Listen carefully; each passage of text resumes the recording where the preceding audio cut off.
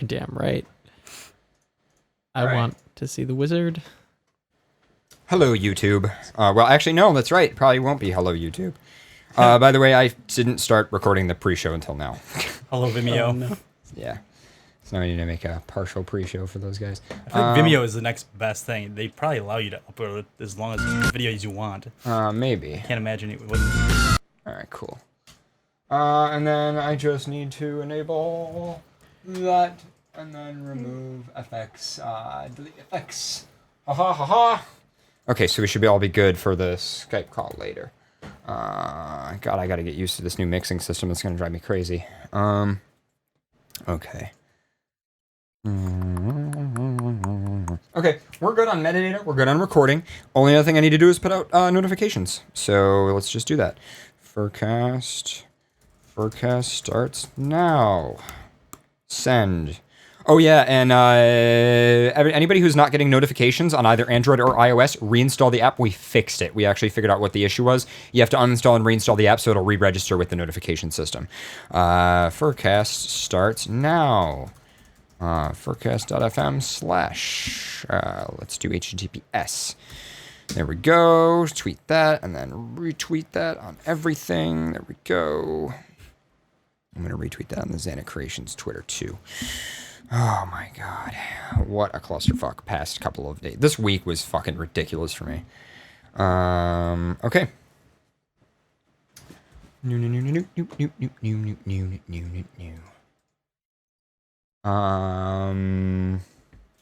I actually forgot to open up all of these. Let me just do that really quick. I'll just mute these so that they don't make any noise. Open up that. Open up this. Alright, and then open up this. I think this one's going to make noise. Let's see. No, we get to play it first. Cool. Yo, are we going out to eat later? Maybe. We could. Sick. Why, yeah. Oh, yeah, I get to eat food! Awesome. Yeah! No. I'm already hungry. It's not a good time. We have cookies. That's not food though. That's sugar. Would you like a slice of cookie? America. Well, America has slices of cookies. Slice is nice. Okay. Everybody be quiet for a sec. It's so weird that mic is doing that. Specifically that mic, yeah, has like a weird issue with the noise gate, but anyway, I'm not gonna worry about it now. That camera's on me, still cool. Never all good. All right. Probably can tell that I'm not a canine. Probably. You could probably tell. Guys are like I was saying, our canine bias is off today. Yeah. I feel a disturbance. A disturbance? Yeah, it doesn't feel right. I'm nervous about the show.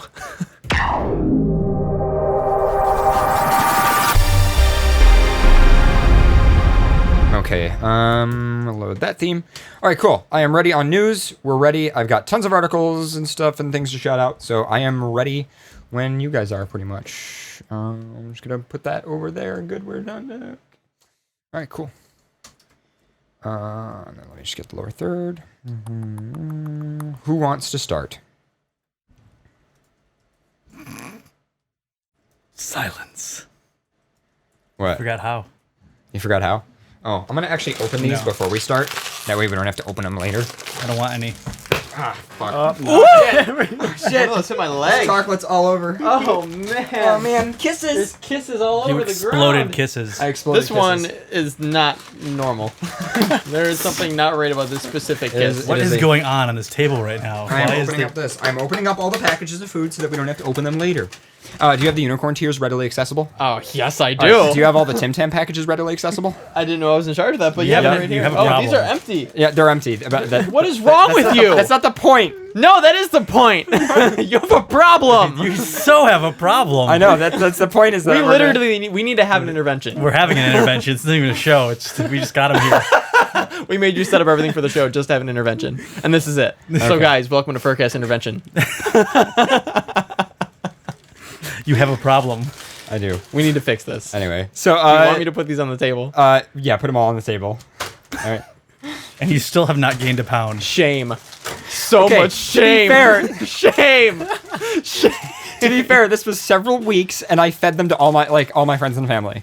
Like pretty much all you guys. I literally don't. I don't believe you. at all. Whoa! Oh, there's chocolate. Oh God. Oh no. See what you do. Yep. Now there's chocolate inside the mixer. Better than Pepsi. It is better than Pepsi. Although Pepsi's been in the mixer too. But I took the Pepsi out of the mixer though. Anyway. We've only been gone for 2 weeks. That's a lot of packages for 2 weeks. I'm just blowing chocolate around. I'm sorry. Anyway. Throwing Smells of chocolate chocolate. around. Yeah. Is there any more? I got them all. Okay. Chocolate rain here right now. Chocolate. Oh rain. All right. You ready to introduce yourself? You know how you're going to do it? Welcome to Let's do this FurCast, one. episode Just YOLO it. 235. No, we Wait, got to do that it wasn't over. I a know. legit Do it over. intro. Yeah. I know. Welcome to FurCast, episode 235. We've been missing. I'm your host, Pharaoh. I'm your host of Seeking Paradox, the Red Wolf. Now I've been found. I'm your host, CJ. And I'm your guest, Ryunaro the Frilled Lizard. Frilled Lizard. Yes. Make a noise. Okay, there you go. CJ, would you get lost again? Because that'd be great. I mean, if you want me to, we can take a poll here. Who wants me to get lost? I Chat? don't want you to Chat get room? lost. I kind of want you to be found. I'll throw you off a waterfall, like almost like Simba in like Lion King, but like just throw you off the waterfall. Throw me? Yes. I mean, we know of a waterfall that can be thrown off of. Yeah. We explored it. And I know Lion King was not taking place in a waterfall, but we're gonna throw you off a waterfall because you're husky and not a lion. Wow. I feel very wanted tonight. Good. I'm glad. I've missed you. You could fuck right off. Thank you. Welcome I will to. stay found. Sorry. I'm sorry. Okay. It's all good. You good? I'm good. I You just good want to over say there? I'm going to stay found. Okay. And Pharaoh can just fall off a cliff. So welcome to FurCast. We've been off for a couple of weeks, and boy, has it been a pretty fucking crazy past couple of weeks. You got lost in Canada, didn't you? Yeah, I went to Canada twice. I went to Michigan once, and then I had a bunch of medical stuff that happened. So we'll talk about that in a little bit. The first thing that I'd just like to mention is that several cons have happened. There was FurDU in Australia, and there was Confuzzled in the UK. Both of those cons happened. Awesome times.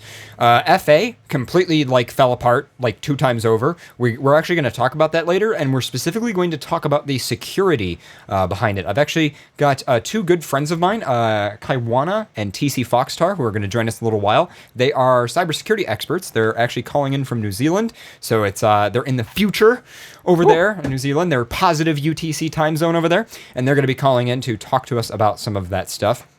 BoJack Horseman season 3 is almost out, June 22nd. I can't wait. June I'm 22nd. so excited. That's going to happen. Meanwhile, I have a problem with Tim Tams. Yes. For those of you who don't have the video feed, I have many packages of Tim Tams You need that to I have stop. eaten. I'm actually concerned for you. I have a problem, I think, with all. Yeah, it's just a lot. Let your friends help you. I'm just going to throw those on the floor over there. Yeah. Throwing them out doesn't get rid of your problem. I know it doesn't, but I do have that problem. They're gonna need to make patches for those for you. So Tim Tam Patch. I'm gonna get through these shout outs. I'm gonna get through them. So first, we did have a notification issue with the FurCast app. The FurCast app was not registering with the notification service properly. We fixed it. To solve it on your end, reinstall the FurCast app. I think it affected Android and iOS. So if you've noticed that you haven't been getting notifications for FurCast, we have been off for 2 weeks. But if you're also noticing you haven't been getting them, just uninstall, reinstall the app, and make sure to launch it once. In the meantime, on the contrary, the FurCast app actually has a new feature. If you open up the information section, there's actually a video feed option. It is beta right now. We don't exactly have it perfectly working. I know it will work on iOS devices, pretty much all iOS devices. And on Android, I think it will work on some of them. If you have more close to native Android, like on a Nexus device, it'll work. It should work pretty good. Not sure about some Samsung devices and stuff like that, but we're working on it. It's in beta, but just the options there, so you guys can check that out. And before we move on to Unicorn Tears, which is the next thing, I just want to share what happened to me this past week. You got Paul back. Oh yeah, Paul the Leg is back. So everybody say hi to Paul the Leg. Paul's still been bedazzled. I picked this up from Audie's house. So let's see. I went to Michigan and hung out with Ara and Tribal Wolf, which was super fun. We had all kinds of we had good times over there. And then I came back. And so I have had an enlarged lymph node in my neck for a couple weeks now. And in order to check it out, they did an ultrasound on it, and they didn't find, well, it's not that they didn't find anything, it's just that they confirmed that it was inflamed. So they decided to do a biopsy. Now, for those of you who don't know what a biopsy is, it's essentially when they stick a needle in you and they essentially pull out like a few cells to then study. So like there's something wrong inside your body, they can do a biopsy on it. Now, they don't like pull out chunks of the inside of your body or something. It's just like a few cells. Anyway, so I was lying on the table and they said, all right, we're going to give you lidocaine. And so they gave me lidocaine. That fucking hurt. Stick a giant needle in my neck. And then they did it, and they did 5 needles. So they stuck 5 needles in my neck, pulled out the material that they needed, and they said, oh, you're doing great, everything's good and going good. And so then when they got to the end of it, I noticed that I was kind of really woozy and feeling kind of weird. And you guys know, when you like lie on your arm weird and like it'll fall asleep? Yeah. And like it tingles? Mm. My whole body Was started like to that? tingle. My whole body. So I was like, guys, I'm really starting to like, I'm starting to like tingle, and all of a sudden I noticed I couldn't move my arms, and then I noticed I couldn't move my legs, and I couldn't move like my toes or anything. My arms were up against my chest, and my hands were like this, and there was actually lines on my palm because my nails were digging into my palm. I could move my arms like this, Yeah. but I was just sitting there shaking like this, and then all of a sudden it went up my neck into my face. I couldn't move parts of my face. My tongue completely froze. Now I could still breathe okay. Yeah. And so I was like, I can still breathe okay. And I was like talking weird. And the doctors didn't seem surprised at all by what was happening to me. They're like, all right, we're going to move your legs. We're going to check your vitals. We're going to do whatever. So my blood pressure was normal and everything. And I basically was paralyzed on the table for about 45 minutes. Damn. Yep. And then it Was it just fun? slowly got better. Did you get turned on? But Is it your new fetish? it was I was very scared when the whole thing was happening. Get out. So anyway, so when I left and went home, which luckily I had somebody else driving me there, so somebody else drove me home. When I got home, I looked it up on the internet, and it was a textbook example of an allergic reaction to lidocaine. Yeah. So So is that like normal? I guess so, but I've had Novocaine, and Yeah. Novocaine doesn't, but I guess it's a different chemical or something. I don't know much about it, but Weird. yeah. So It's like, that's okay, I could drive home, guys. I'm good. it was just really Put my scary. foot on the pedal. Siri, But, drive me home. But the other thing is, Siri, drive me home. the whole rest of the day, I couldn't do this, like with my hand. Like Yeah. it was like I'd be shaking like this, and I couldn't type or use a computer or anything. It was like I was completely. It fucked me up for like the next day and a half. It was bad. Wow. So yeah, That's some crazy shit. Kind of scary. Yeah, the worst thing that's ever happened to me is I actually fell asleep on my arm once where, like, I completely fell asleep on my arm. Yeah. You know, Yeah. I've never done that before. Yeah. Well, yeah. the whole point of the tingling is supposed to wake you up. It didn't wake me up. Oh, And I woke up and I saw my hand on my other side of my body, like over here, and I was like, huh, that's weird. I was like, I can't move that. Why can't I move that? Is Wow. that my hand?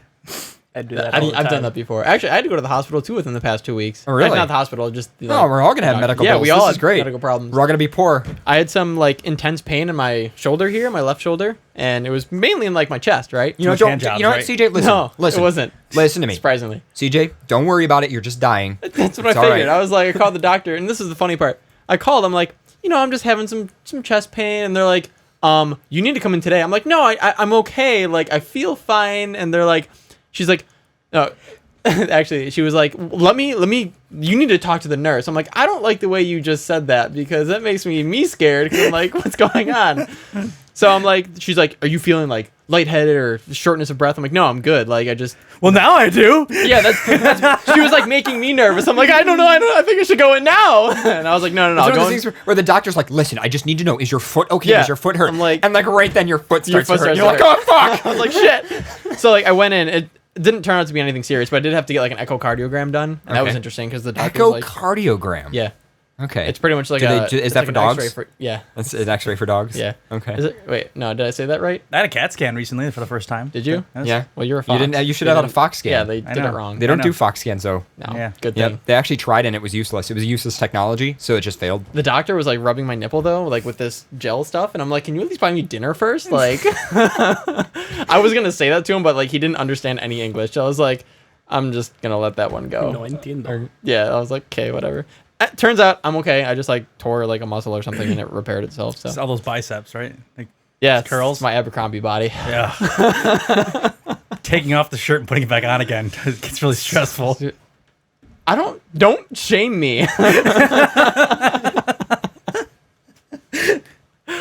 Yeah, but I'm okay, guys. We're both okay, so that's good, I think, right? I mean, So there you go. We're all alive. FurCast goes to the hospital. Could you imagine the mess if we were all in the hospital together? What if we did like a show? They would just light on fire. Like some oxygen. Just so you know, I'd fuck with all you guys in some way or another. Like, even if I was like in my bed, they're like, "Don't move." I'll be like, "No, I need to like fuck with him." You go to sleep, I would just pull out the like heart monitors, so, like nurses come rushing in. God damn it, Pharaoh!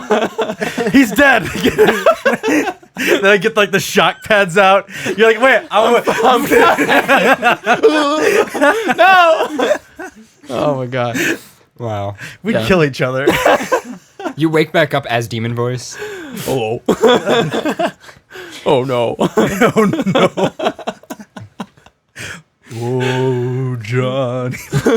So, speaking of demon voice, that's another thing I'd just like to kind of talk about real quick.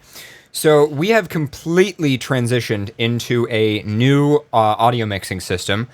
We used to use a little Mac Mini. It was a little Mac Mini. It lasted us many, many years, and it was a beautiful little machine. And it's pretty much since the start of FurCast, we just used the little machine, and it ran all the audio. We just ran it with our audio interface, and the audio ran in and out. And Core Audio gave us a lovely latency of 11.5 milliseconds round trip. Actually, it was 12.5 milliseconds round trip. Good job.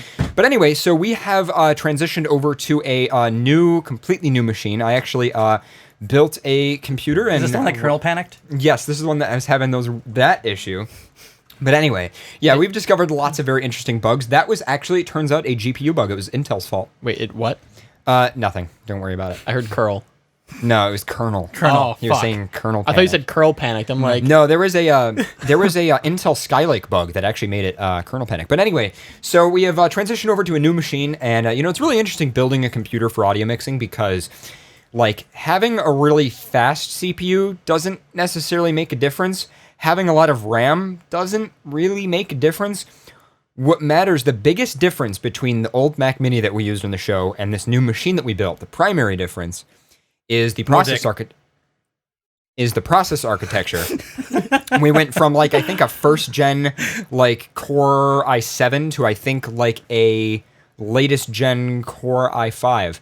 I wanted to say you drew a dick on the motherboard, but just completely transitioning the process architecture helps so much, especially because really what matters is being able to get data in and out of the computer as fast as possible with as much stability as possible.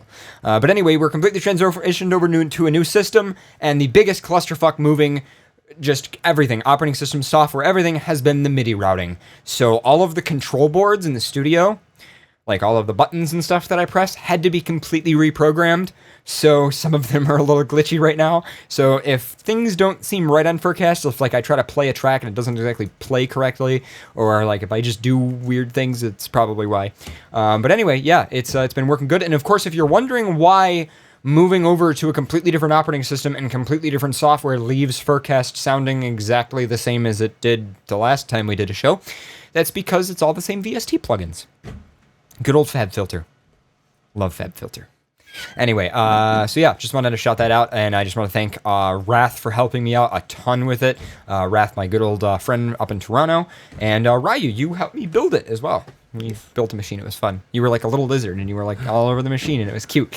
Anyway, I feel like lizards would be really good at building. So- They're like really fast and like all over the place. before we move on to other stuff, we have a gift that a fan sent us, and it's unicorn tears. Well, it's Distilled essence of it's unicorn. the distilled essence of unicorn tears. So can we we- talk about this? yeah, we just need to just take a moment. There's sparkles in it, guys. There's actually sparkles from unicorns. There's actually Real wow, unicorn sparkles. That's pretty good. They are legit. Is it like dandruff from a unicorn? I don't know where the sparkles come from the unicorn. We could ask one. Concentrated Hey, man, if I semen? see- Yeah, you can. All right. The color on this camera is purple, I know, but if you just look inside, oh, look at that. You can see all the sparkles. There are sparkles in there. Like a snow globe. So how do they get the unicorn tears? Well, obviously they make a unicorn sad, and then they just... I don't. What do you show a unicorn to make it I sad? don't fully approve of making a unicorn sad. I do. But I mean, depending on the taste of these tears, I might support it. Yeah, this is a lot of unicorn tears, though. Like, this is a lot. Like, There are some very depressed this unicorns must have been out a there. very sad unicorn. Unicorn depression is a problem. Is a problem. You know what? Don't Make America great again. don't let unicorns Make America great again. don't let unicorns be sad. But in the meantime, if they are, bottle it. Bottle it up. Yep. So these were sent to us from the UK by Slaughter Otter, who I believe is also a patron. And somebody else wanna Description.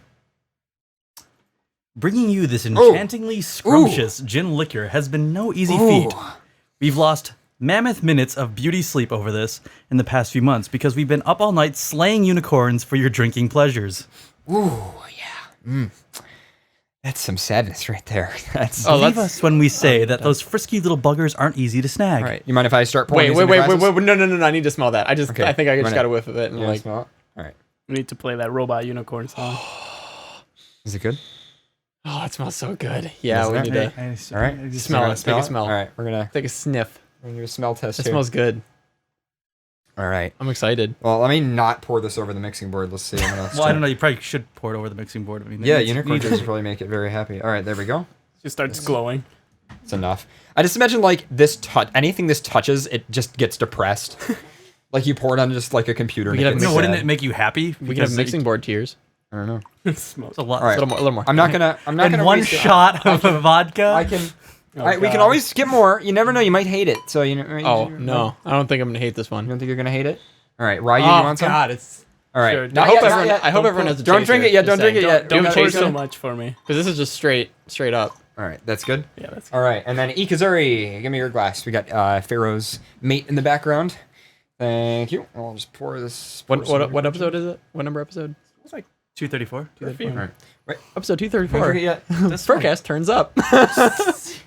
FurCast gets lit. What is This smell. You know what this smells like? Is hand sanitizer. Yeah, that's- it's It alcohol. smells like hand sanitizer. Welcome to alcohol. I know. Pure alcohol. I know. But it smells like exactly like hand. All right. Hey guys, to unicorn depression. I hope you're not taking a shot of that. Are we taking shots? No, I don't. All right. Just sipping. We're gonna Here we go. Sip and stir. I'm terrified. Wow. Wow. I feel like I just drank hand sanitizer. Ah, Oh, it burns your eyes. Yeah. we all just took a shot. You didn't like taste it. You're supposed to taste it, not like. I did. I did taste You it. just shotgunned it over there. Oh well. What? No, I, Again. We're just sipping. Second. yeah, I just My sipped. bad. Yeah, I didn't take a shot. I sipped it. To be honest, it's really good. I mean, It actually for- goes down pretty smooth. for an alcohol that you can just drink straight. That's I would drink that. 40% Dude. alcohol. If there was Second. ice in this, I would drink this cold all day. Second I kinda wanna alcoholic put drink ice in ever, by the mine. way. I feel like if Oh. you mixed this with something, that's We should- really. You're not gonna drink yours? I'll take it. I think I'm dying. We should also mention that actually was sent over not legally. Oh yeah, that's right. That's the other thing we should mention. That's amazing. That makes it taste even better. This is Why did you tell me This is this first? illegally imported unicorn Yeah, it's sadness. not- I need a mint. Yeah. So we should also mention that. How is So- it illegally imported? Because you're not supposed to send that through customs. Well, didn't customs check for it? No, because it's customs. Wow, America's getting really slacky on its fucking. Oh, we're gonna protect the borders. Yep. Well, just ship alcohol without even checking. Yep. So there you go. Oh God. God. Well, there you go. That's need actually really ice in good. it, so I I- like it. If- I do hey, need. If during anybody break, wants some more, you can take mine. I'm good. fine. That was. if I take yours and I take hers, I'm literally gonna get wasted. You Still don't like beer. I'll take Alcohol. hers. Okay, and then, yeah, we'll do that. There you want to pour? Just give me your glass. I trust you. There you go. You trust Can you give my. me ice, I trust though? you. You trust my saliva all over? No, can you give me ice? Get you ice? Yes. Yo, whoa, hold on, time out. I mean, if you're gonna hit him, here, can we just match up here? You have like half a glass. I have like a quarter. So what? I want to drink a want lot more. of unicorn tears. Okay. so do I. I want you Yeah, to can we just before you get? Okay, never mind. We'll just do it later. mix it the other way so that some of my backwash ends up No. in Pharaoh's glass. No, actually do that. No, actually don't do that. You can equal out the glasses, then put some ice in them, so he feels fared. Yeah, I feel cheated right now. Ikazuri, just open the freezer, just reach in and grab the ice. Don't use the stupid machine because it'll grind them up and then it's annoying. Break everything. So there we go. Well, yeah. You're chest. very It's on organized. fire, by the way. What? My Really? chest It's not is on that- fire, Your by the chest way. is on fire? Yeah. I could feel it. It just it I kinda, feel the Again, sadness. it's second I feel the glory. I don't know what you're talking about. second alcoholic drink ever. Oh, yeah? So yeah. God, that was just... We do not condone drinking here on FurCast. Just you wanna know... just, mildly. like, go out and like stroke a unicorn horn. Okay, that So- escalated quickly. So can we jump in and do some link roundup real quick before we jump into news? Yeah. All right, so quick link roundup, guys. Let me just get rid of the graphics on the bottom of the screen. Hold on. Let me just... All right, so this is an article called 7 Years of Fluff in the City. And it's a pretty cool article about fursuits. I know a lot of people do love when furries are in the news, so you can check that out. And then, meanwhile, Furry Network had a launch trailer, so we can just kind of... Really? Yeah, they had a launch trailer. This is How interesting. does that work? You tell me. Give me just a sec. I just want to bypass an FX real quick. Here we go. I'm gonna let it sit for a sec. It's mostly just music.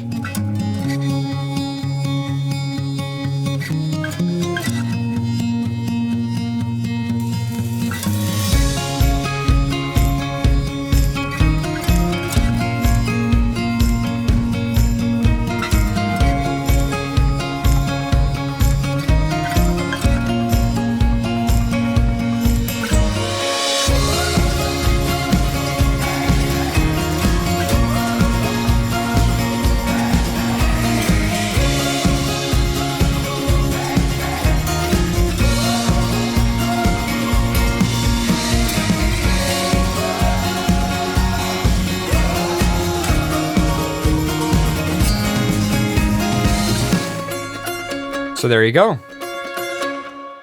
It's kind of like, I don't know. What do you guys think about that? That was kind of like a... Karn's in there. Karna's in there. Yeah, so there's some Lombax. That moose is face in there. That's Yeah. like He's from 7,000 he's from feet here. tall. He's from Buffalo. You know that, right? No. Yeah, he's from Buffalo. He like doesn't stay in Buffalo, but he's from Buffalo. So He migrated? I think so. Yeah, moose do that. Moose. yeah, so Furry Network is out of beta, and that's useful to mention because Furfinity is kind of falling apart a little bit at the moment, which we'll talk about that in a little while in detail. But Tiny bit. yeah. So in the meantime, this happened in the UK. This is a trailer from Channel 4. We are a nation of dog lovers. But meet the men who don't just want to own a dog. Come on, babe. They want to be one. Everybody loves a puppy. Good boy. It isn't the seedy activity people think it is. Secret Life of the Human Pups. Wednesday at 10 on 4. So yeah, there was a documentary about basically all of the the pup community. Yeah. Which the pup community is, I believe London is one of the largest communities. Was this on local TV? This was on local, yeah. I loved the fact that I think there was a screenshot of the actual dog that's sitting on the couch. Yeah. If you pause it, Where is it? and it was like our opinion of it, and it's right in the very beginning. Oh, it's in the very beginning. The dog's like face on the couch is just like staring. Oh yeah. You're talking about? Oops, Yeah. shit, I fucked it And up. it's a husky too. You're talking about The men who don't just want to own a dog. Come on, babe. this one. Yeah. He's like, Yeah. He's like, But, scared. what is wrong with my owner? Dog is like, well, this is weird. But no, so they actually went around and they went to a convention for it. And Really? yeah. So I believe the second largest community is Seapaw, which is the Seattle pup owners, something like that. And I think, yeah, London is the largest. But I don't know much about the community, but it just seemed really cool. And shout out to Mike Paws, who actually was in it. I believe he was, I don't know if he was in it. I think because he is a pup and he has a master, and I believe his master was in it. So there you go. My my grandmother saw that. Really? Yeah. It had a lot of positive reactions, surprisingly. Is your grandmother into that? No, but she asked me about it. She's like, "Oh, I saw the people that dress up as dogs." And you're like, I'm yeah, like, it's I not don't- the same thing. Yeah, I kind of didn't. I didn't even know it was that. I was like, "Oh yeah." I was like, Oh, you kids these days. I was doing that back in my 20s.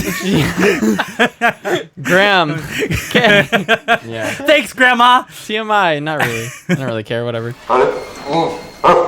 So this is one where they, this is a couple different random clips. And this is from this website, which is the Manchester Evening News. So there you go. Soon as well. And they kind of like go through an interview with them and take a picture, and they have all kinds of news people there. Do they have the UK voice? And this- I would imagine they do. Really, all I'm interested I'd in. imagine they do, CJ. Dogs bark differently in the UK. Oh, I want to know. I want to know how. I want to learn. So anyway, well, that's pretty much it for the shoutouts.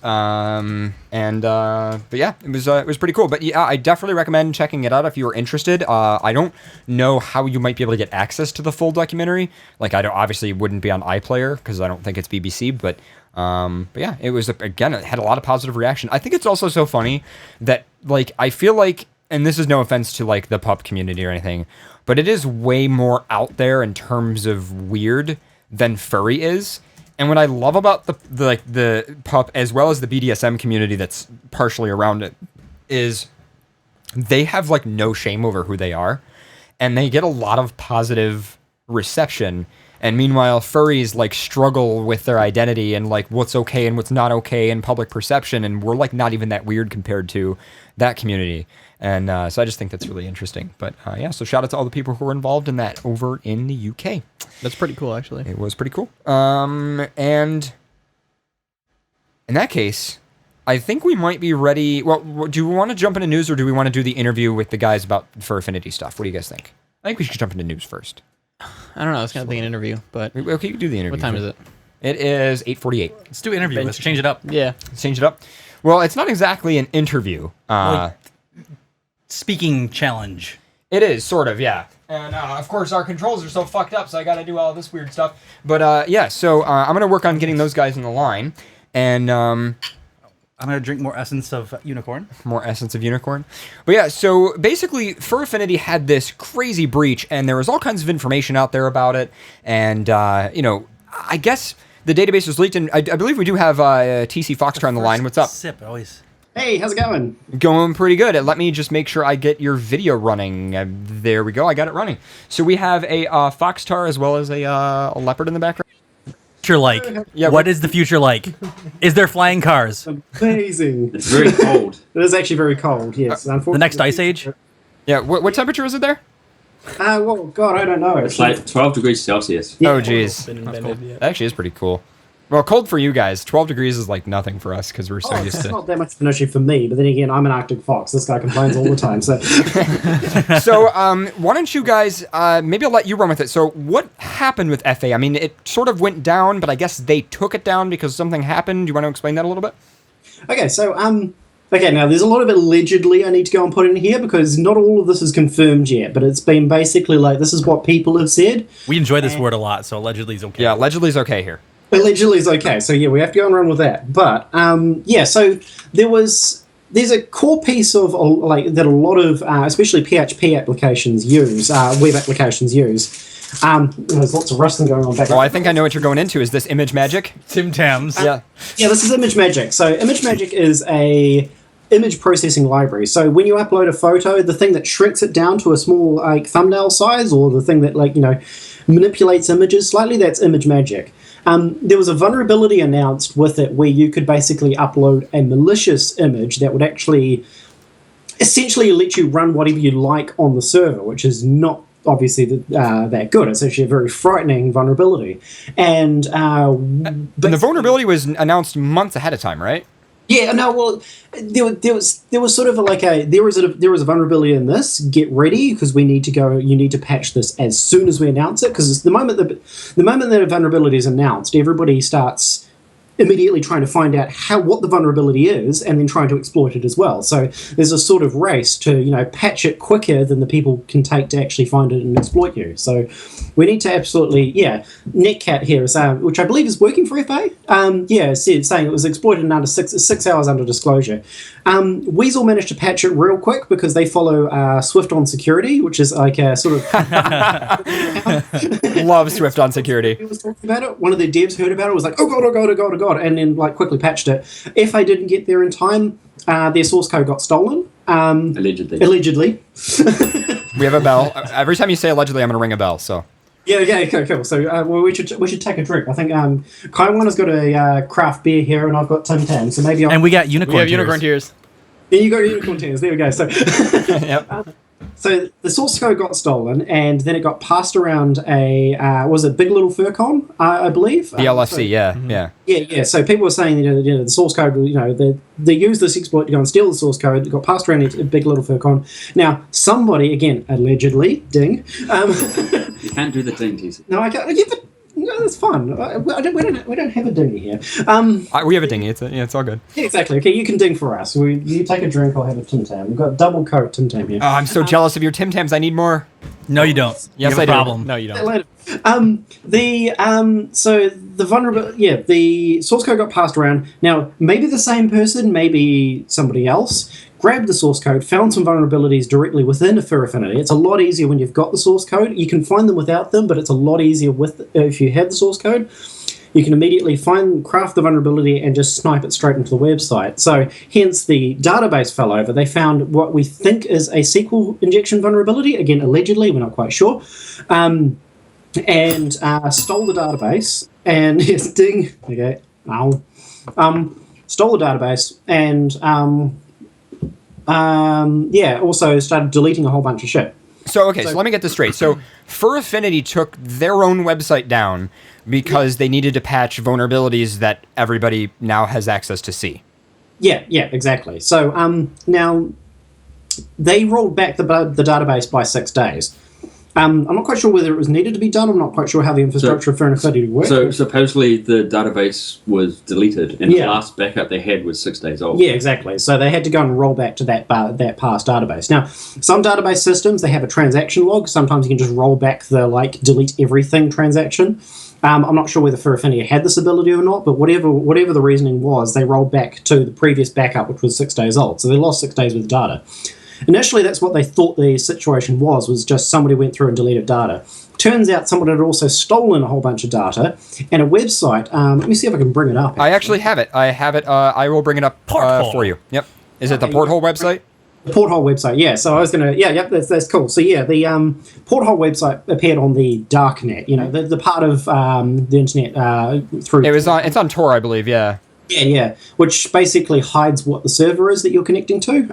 So that popped up, and they definitely had access to the database because you type in your username, and it tells you all the email addresses you previously used, and it tells you what passwords you shared with other users. Now, I've actually got this up on the screen. So this interface right here, I can type in, for instance, my username. So CTC Wired. I believe I typed that wrong. Hold on.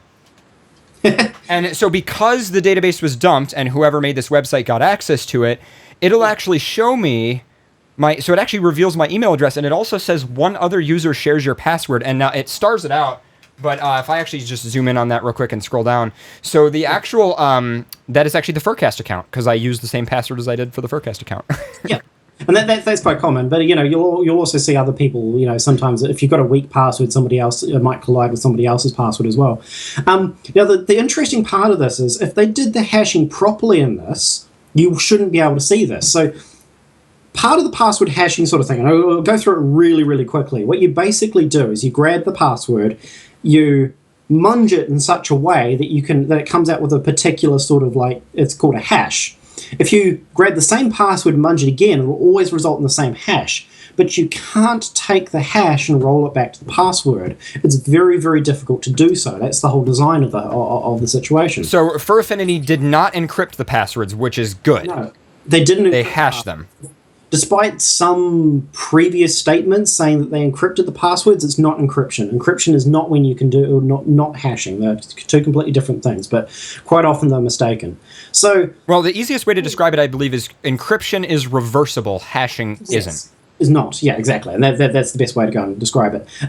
You also, again, I know there's lots more stuff you need to do when it comes to proper password storage, but one of the basic things you also need to do is you need to salt the passwords, because there's certain classes of attacks such as rainbow tables and all sorts of stuff that allow you to basically pre-compute a whole bunch of passwords. So you append a random bit onto the end of the password, which is plain text, which is sitting in the database. It's supposed to be able to be seen, but when you compute when you get your password, you stick the salt on the end, and then you hash it, and then it turns out to a different to a hash. Now, the salt is supposed to be different for every user. You see, the fact, which means that since you and the FurCast account had the same password, they should have had different salts, which would result in a different hash, and therefore somebody who broke into the database wouldn't know that those two are the same. Now, Fur Affinity fucked it up. They actually. Wouldn't be the first. Yeah. There's a long history of that, and it would take an entire episode to go through the long history. Yeah, we won't do that here. Yeah. So basically, because it used the same salt, it resulted in the same hash. And now you can tell the users which had which were using the same password. So you can immediately see, hence this website was able to leak how many people actually shared your password, which is really bad. But that allows, attackers or even, researchers like, myself and Kaiwana to be able to figure out what passwords these potentially were. The most common passwords in there is probably going to be the password. It was actually 1, 2, 3, 4, 5, 6. Oh, okay. So it's very... That was this. Wow. So okay. So that was the most common password? Yeah. So let me just review here real quick. So assault is when you take a password and rather than just putting it through this algorithm that gives you the blat text that you compare it to the next time the person wants to log in, assault is like you might take the person's password and add in the date that they signed up, multiplied by a random number you made up at the time, multiplied by some random thing. It's got to be random. So but it's unique for each... Oh, it's got to be random. Okay. Yeah, it's got to be random and it's got to be unique for each user. You can't be able to predict this ahead of time. That's the thing. So...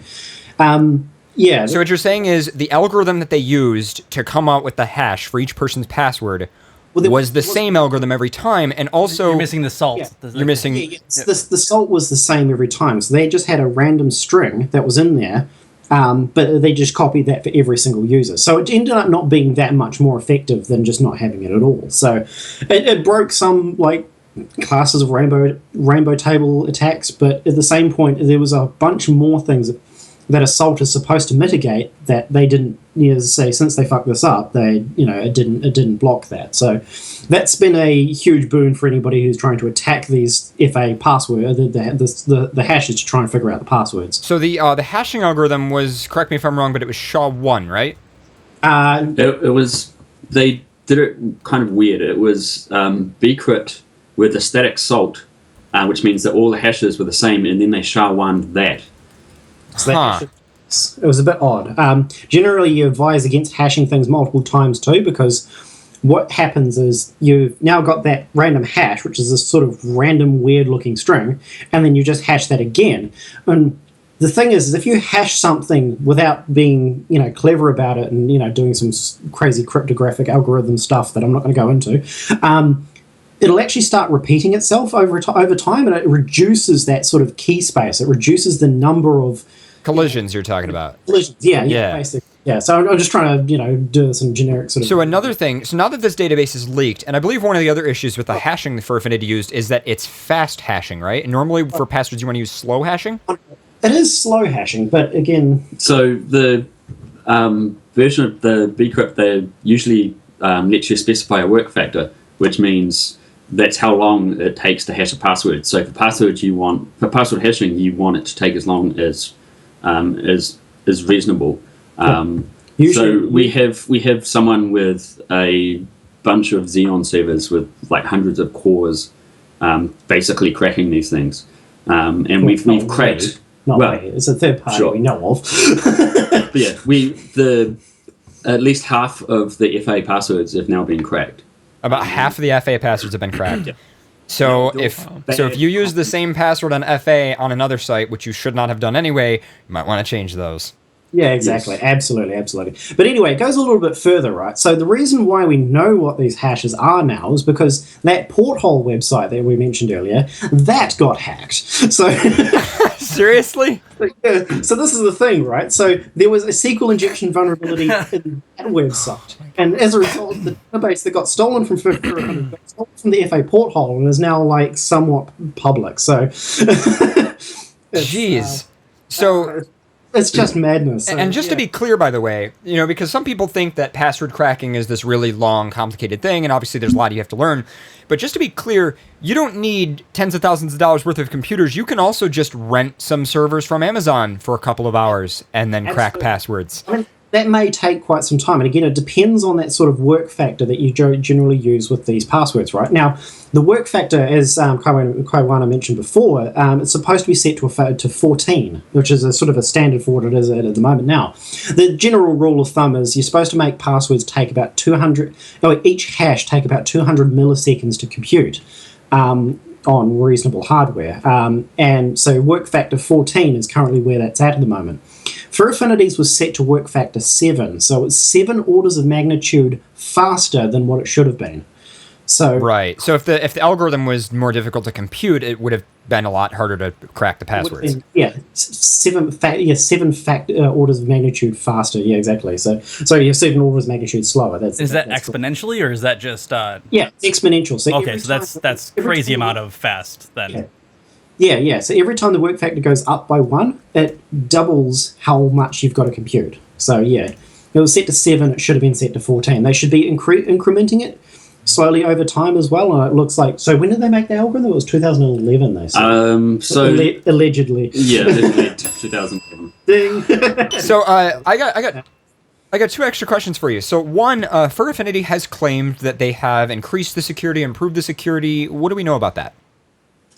So they may have done that, but they kept all of the old password hashes, or allegedly, I don't have a copy of the full database yet, but somehow the old insecure hashes were still in the database, which was stolen.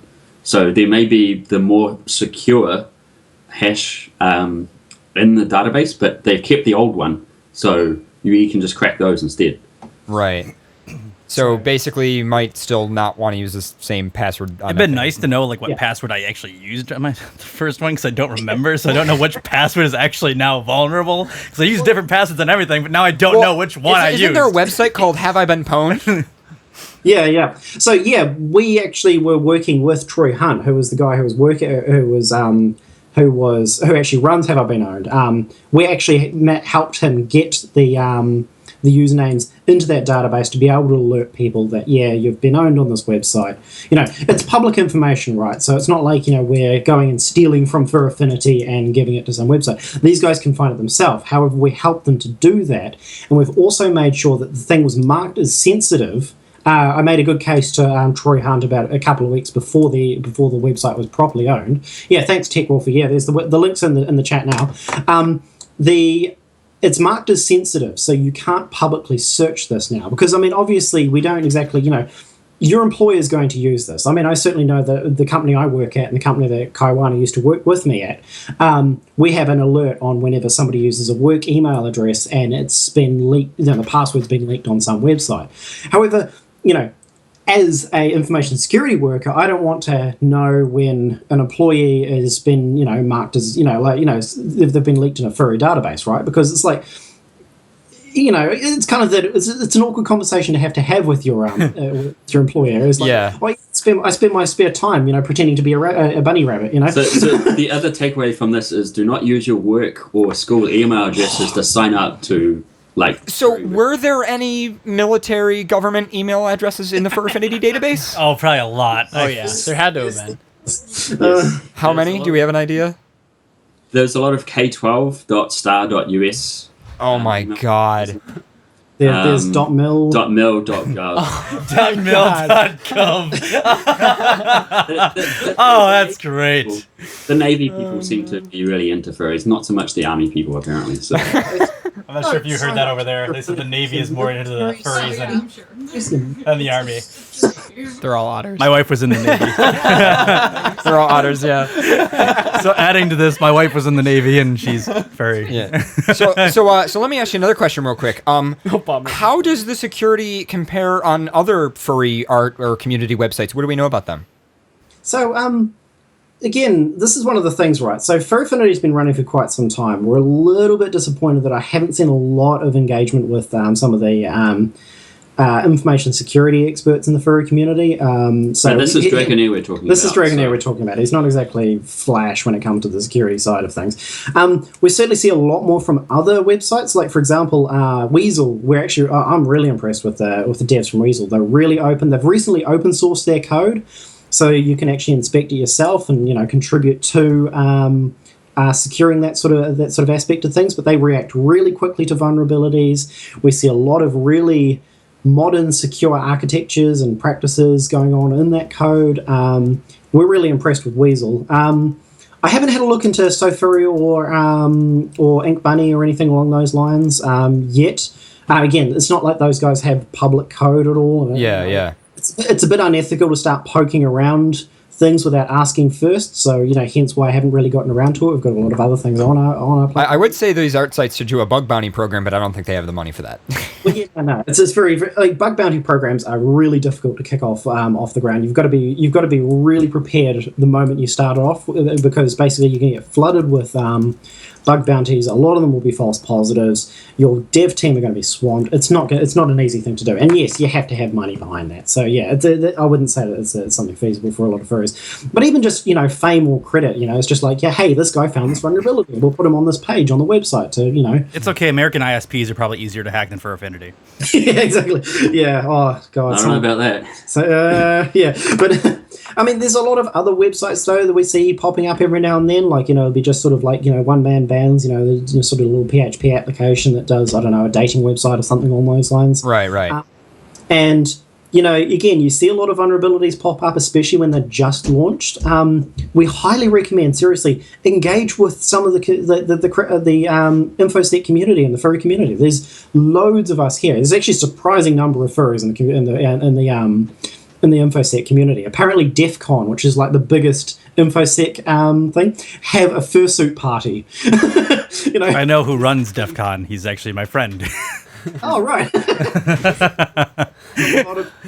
Or helps run DEF CON, which is Steve Kirk, who was the lead security agent with Sony for a while, too. Oh, wow. He's moved on from that, too, as well. So that would have been interesting.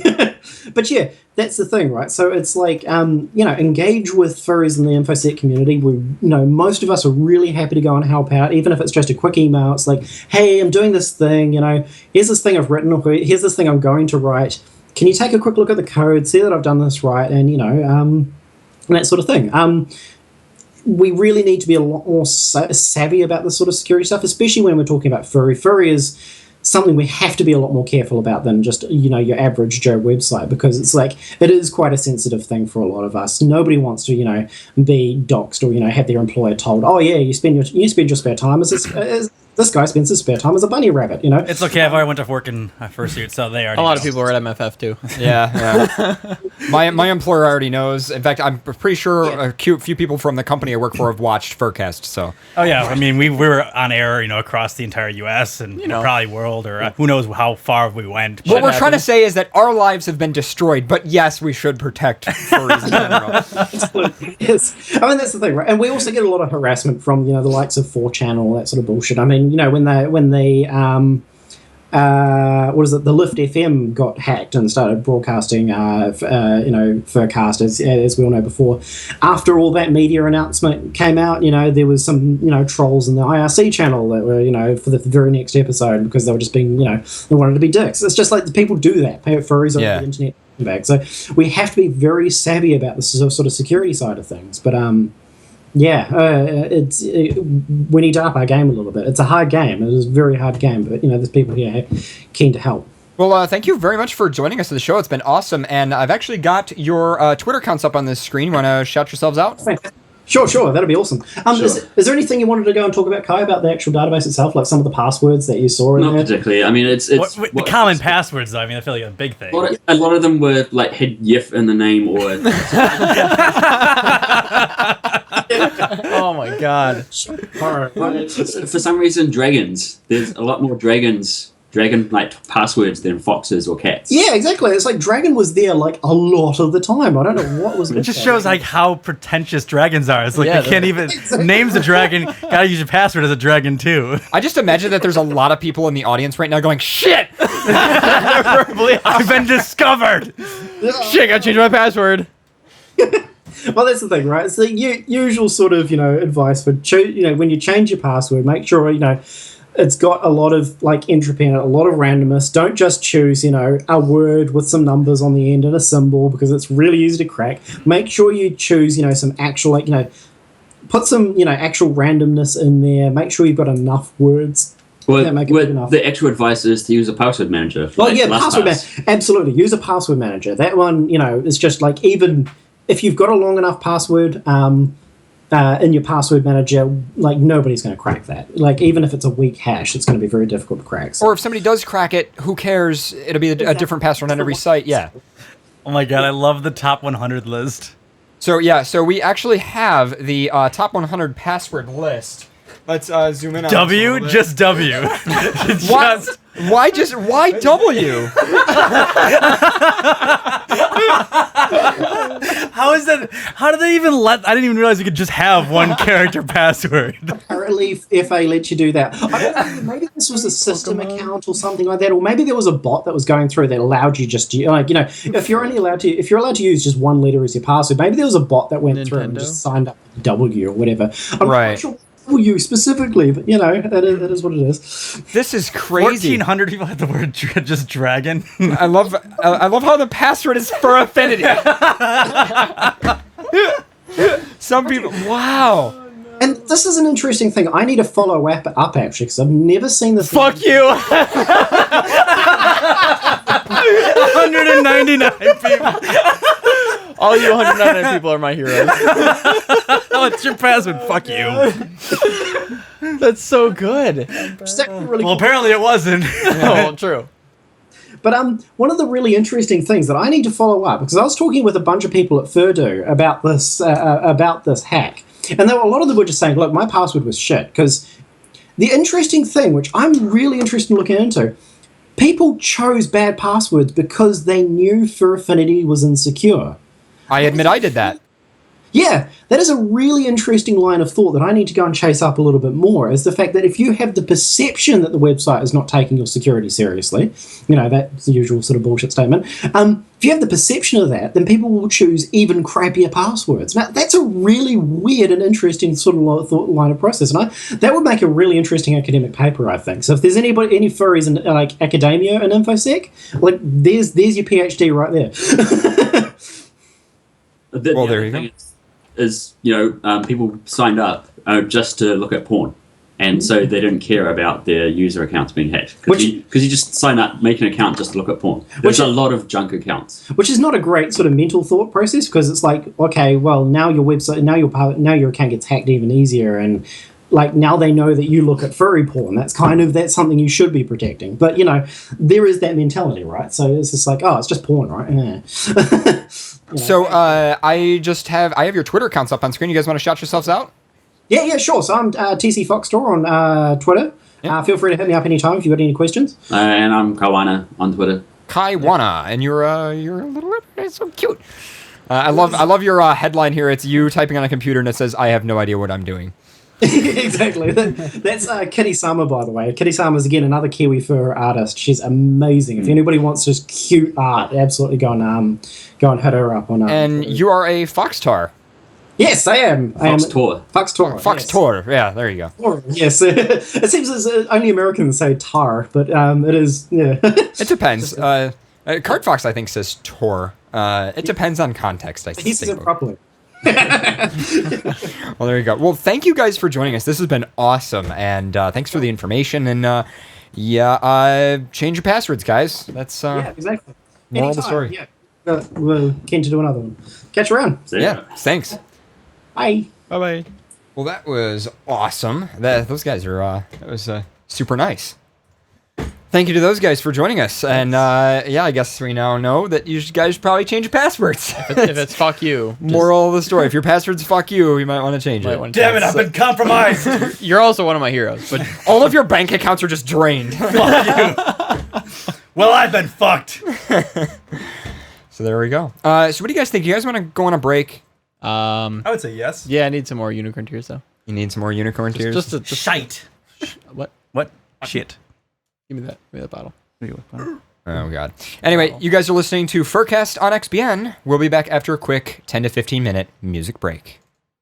Support for FurCast comes from Patreon users, including Blaze Fusky, Biowolf, Ashton, Shaman the Photon Wizard, Fayun, Oliver Fox, Tiffany H., Link Shell, Skipper the Otter, Energize the Wolf, Kaiwana, Catnook, Jake the Otter, Furry Omega, Wup, Archon the Four-Eyed Dragon, Leon Sarambi, Python Goad, Kitsuya the Minty Leopardess, Tyler the Wusky, Slaughter the Otter, Fuzzy the Fox, Crazy Wolf, A Certain Horse, Gaia Wellen, Nakunyame. Additional support comes from Twitter users Hi Husky, Alpha Werefox, Commander Wolf 3, Grabusi, Magic7 Wolf, _Rennick, Z-Leg at Stealthy Dragon, Shua at Pulsing Panther, Coda Winter at Dakota Wolf 12. And from YouTube channels Silver Gatomon, Anthony Wolf Gaming, Megalo Zero by Claudane, and Weasel Level Design by Hayu the Fluffy Scarf. Additional support for FurCast comes from Devin D. Parlett and the Furry Hockey League at furryhockeyleague.com, Cobalt Sieg and his mate Vegas Faben, Macro Wolf at macrowolf.com, The Bunny Boy, who still says Paradox is gay, Stinger Griffin from Hazelight Studio, Neon Possum, specializing in general to adult furry art at neonpossum.com.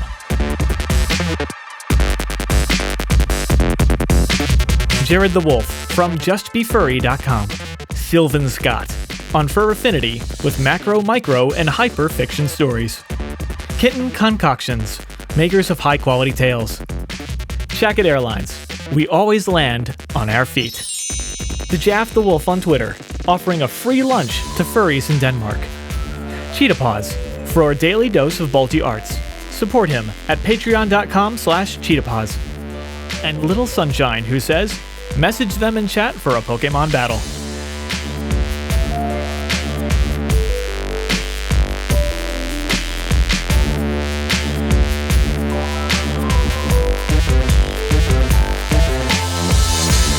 To become a patron and learn more about supporting FurCast, visit furcast.fm/donate. Additional support comes through PayPal, Bitcoin, and listeners like you. Thank you. This is XBN.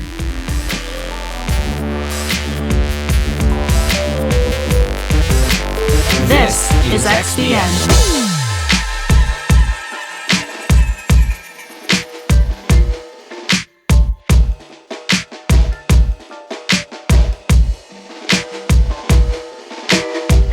XBN is a subsidiary of Xana Creations, keeping nerdy animals together.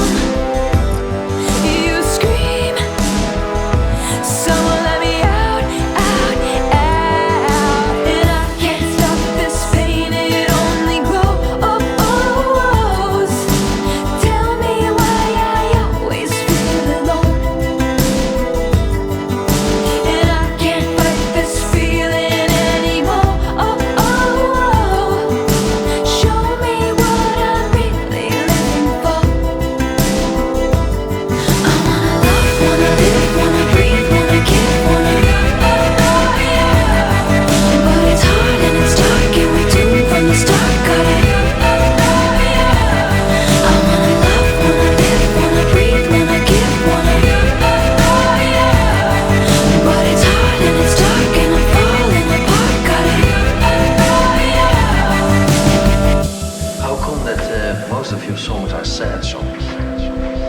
Well, I don't think they're all that sad. I have a few that aren't sad. They're like hopeless, a totally hopeless situation. And the rest aren't sad. They're just the way it goes, kind of. You don't think life's sad. No.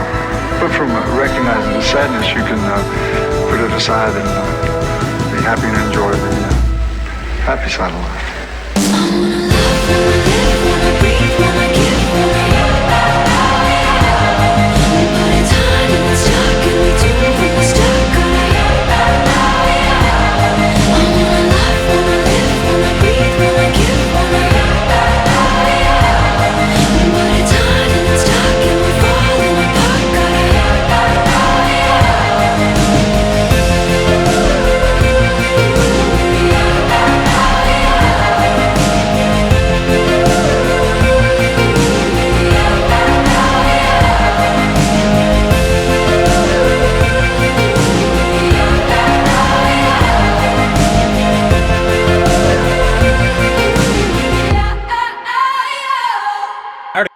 Whoa, and Pharaoh was talking real quick.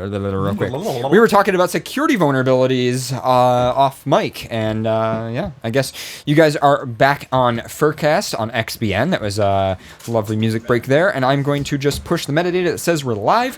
And Pharaoh, do you have a news article to start with? Because I think we should just kind of kick off news at this point.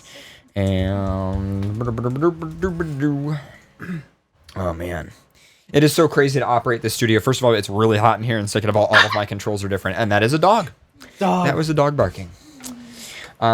Speaking about vulnerabilities, which I find more so as not a vulnerability now because you've let so much time pass that now the vulnerability is now not vulnerable because the security is so old that no one has access to it. Right. So you've pretty much made a retro ability. Okay, what are you talking about? That the entire U.S. Nuclear program is run by floppy disks. Oh yeah, that's not really a vulnerability though, because they're all physical systems. Yeah, they're not remotely accessible. So yeah, but they are changing that. They're fixing that, which scares me. Yeah, that actually does scare me. I'd rather them stay floppy disks. I would too, because they're not the small floppy disks. They're the original 8-inch floppy disks. I don't think they're 8 inches. No, that's what they. Oh really? 8-inch floppy? Okay. Oh wow. So they are using. Oh, wow. Anyway, but yeah. So you just wanted to mention that? Yeah. So that you're scared that they're going to upgrade? You're going to need a floppy disk. And you're going to need the 8-inch 1970 era floppy disk, actually. Until they upgrade it. Then you can just do it over the internet. Yeah. Yep. That's what I wish they... people are like, oh, man, they really need to upgrade it. I'm like, no, don't upgrade. They're going to fuck it up. They're going to fuck it up. I would hope that they don't. They're going to fuck it up. I don't think. They're going to fuck it up. They're going to fuck it up. Well, I don't think they're going to connect it to the internet, so... They don't have to connect it to the internet. They can just leave something that's there connected to the internet, which then allows you to exploit and connect into that, which they will do. Like a router. That's actually what actually happened at some of the nuclear facilities is they actually infected a computer that's connected to the internet, but the nuclear control machines were not connected to the internet. They were air-gapped, but they would put malware on USB sticks and stuff. And then those would end up getting connected to the computers that did control the nuclear facility, and then yada yada yada. And they would patch together multiple well-known 0 days that were not patched in those systems. And because they're not connected to the internet, a lot of times it's more difficult to get patches for those kinds of systems as well. Human error is the biggest vulnerability, and that is one of the things that I just wanted to say. That floppy disks, not many people can fuck up a floppy disk right now. Yeah. But if they try to upgrade to a new security, they're gonna. It's also really hard to pack a decent malware payload on a 1980s floppy disk. 1970s floppy disk. So yeah, that's some people at work were like, wow, then you really need to upgrade. And I was like, no, it's so retro now that it is now more secure than new stuff. Yeah. Wow. Well, anyway, do you have a news article that you wanted to jump into? Shall jump into one then. And a couple of people were linking Stuxnet, but there's actually more than just Stuxnet. Stuxnet was the famous one, but there was a few other interesting pieces of malware that also used some interesting 0 days. And Nur is chewing on me. /me chews on Nur back. There we go. And internet interactions right there. Scientist wears polar bear costume. Musk oxen charge. Interesting. Okay. I didn't have news music though, but I wanted to read the article's title. Oh, okay.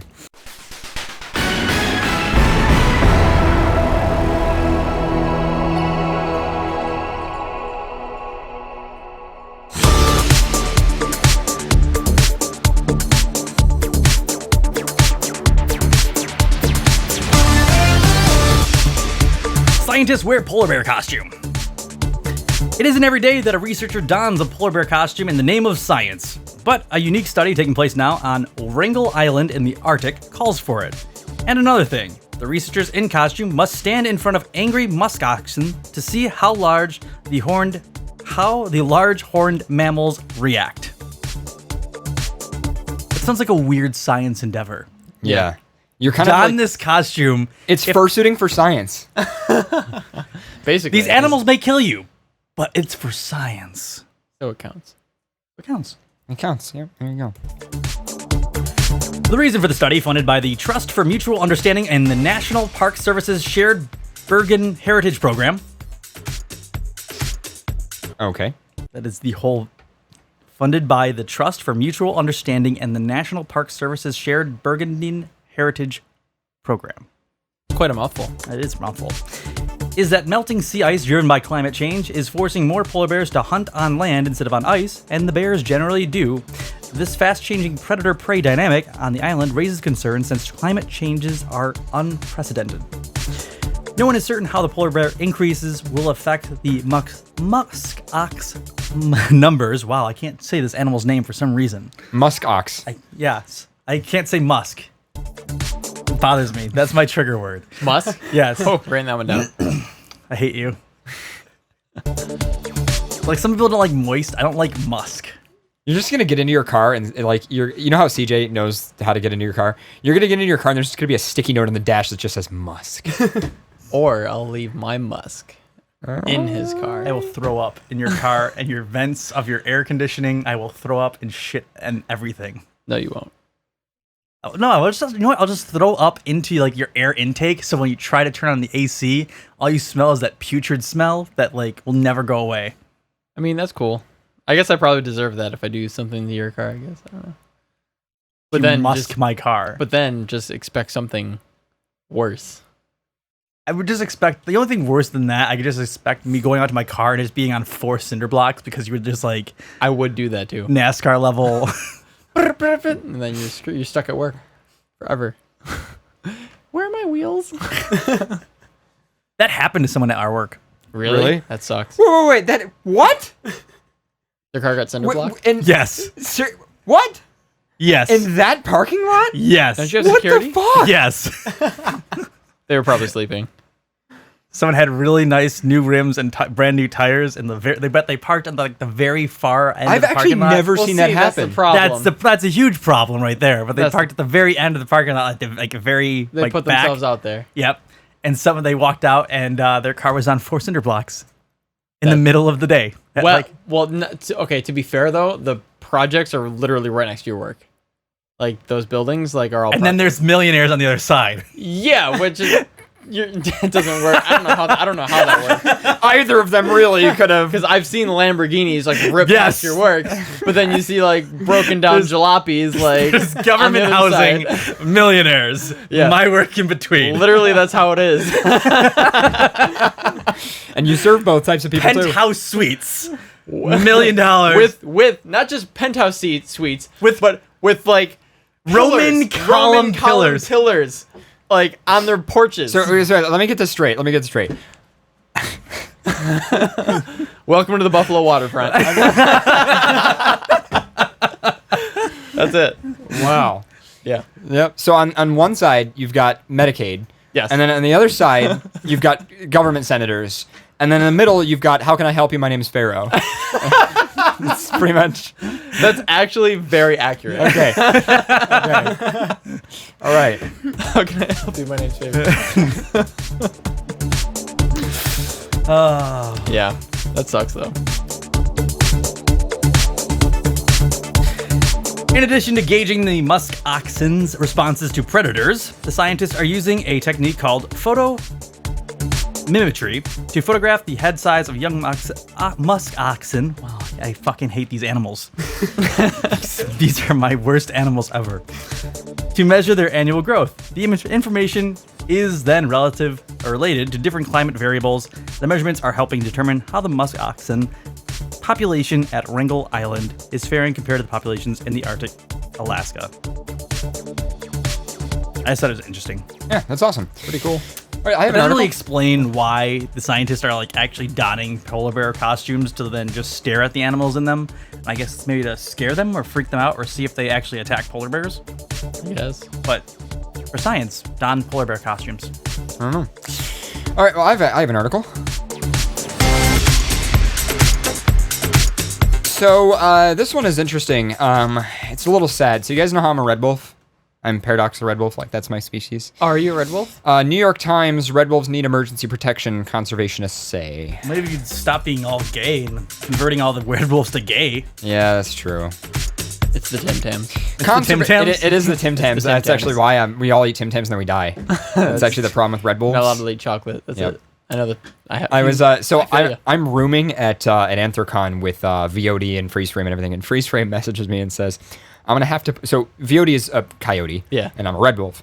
And Freeze Frame says, I'm going to have to put name tags on both of you to tell you apart. And I'm like, you're a fucking asshole. Conservation groups submitted an emergency petition last week requesting that the United States Fish and Wildlife Service increase protection for the only wild population of red wolves left in the world. Red wolves, which are bigger than coyotes but smaller than gray wolves, are the only wolf species found completely within the United States.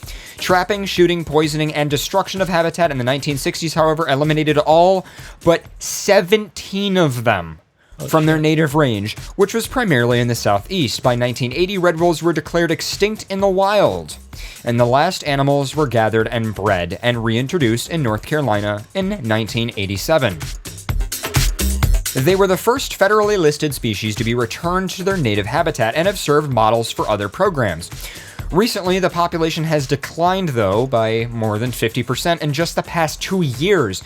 There are now 45 to 60 red wolves living in the wild, and they are threatened mostly by hunters mistaking them for coyotes and shooting them, says Tara Zardu, a wildlife lawyer at the Animal Welfare Institute. Let me just make this clear to you guys right now. There are more furry red wolves on Fur Affinity than there are red wolves in real life. What? Just IRL.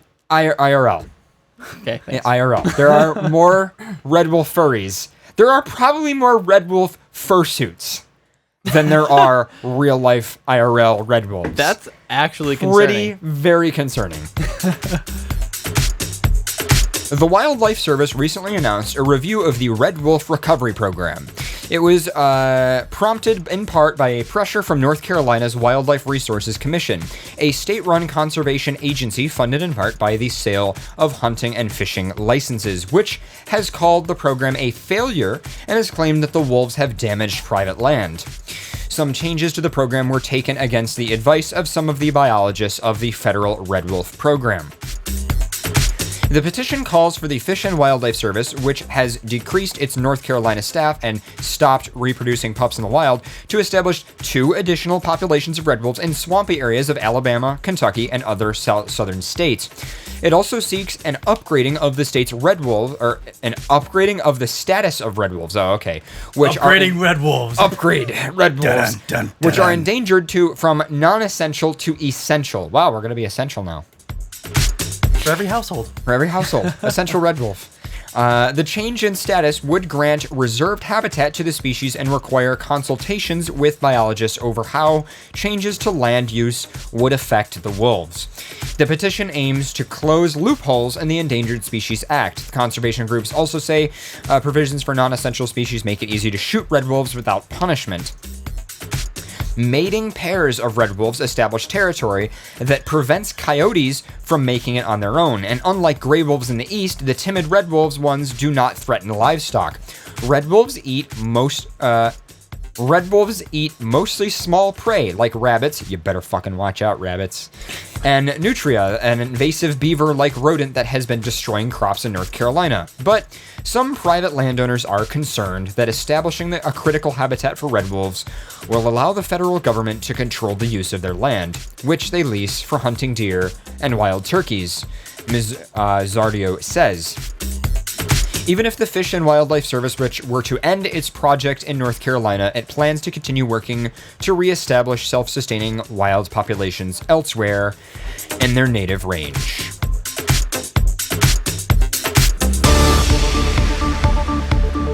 So that's that.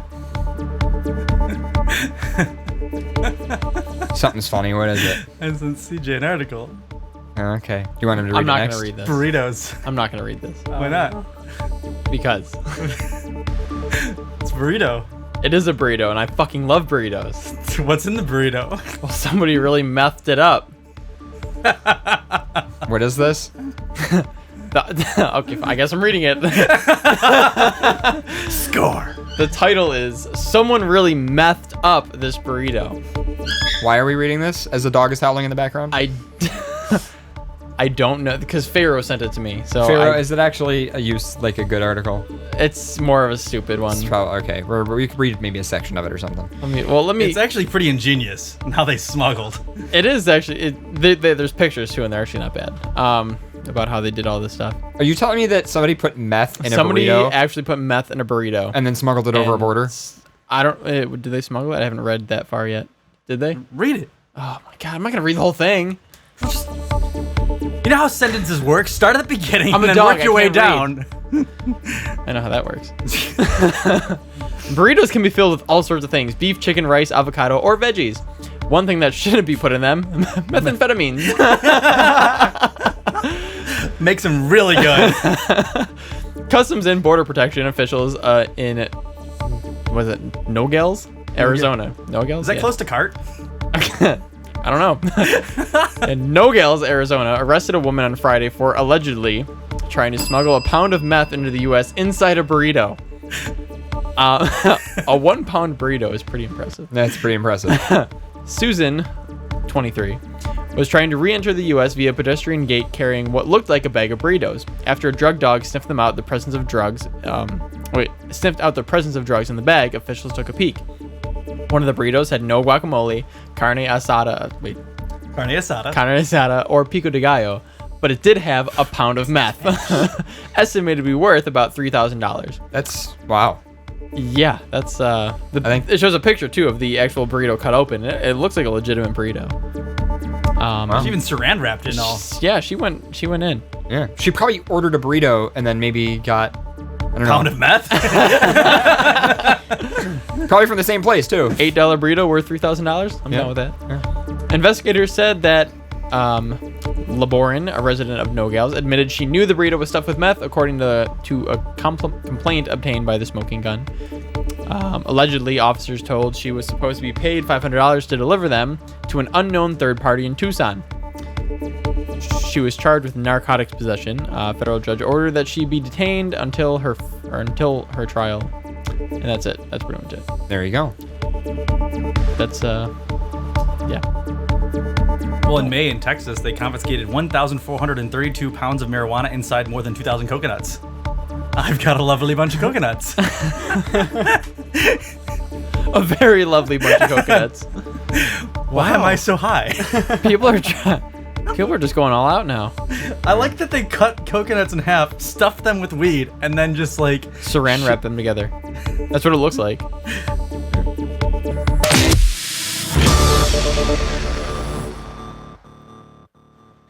So, a methed up burrito. I hate that.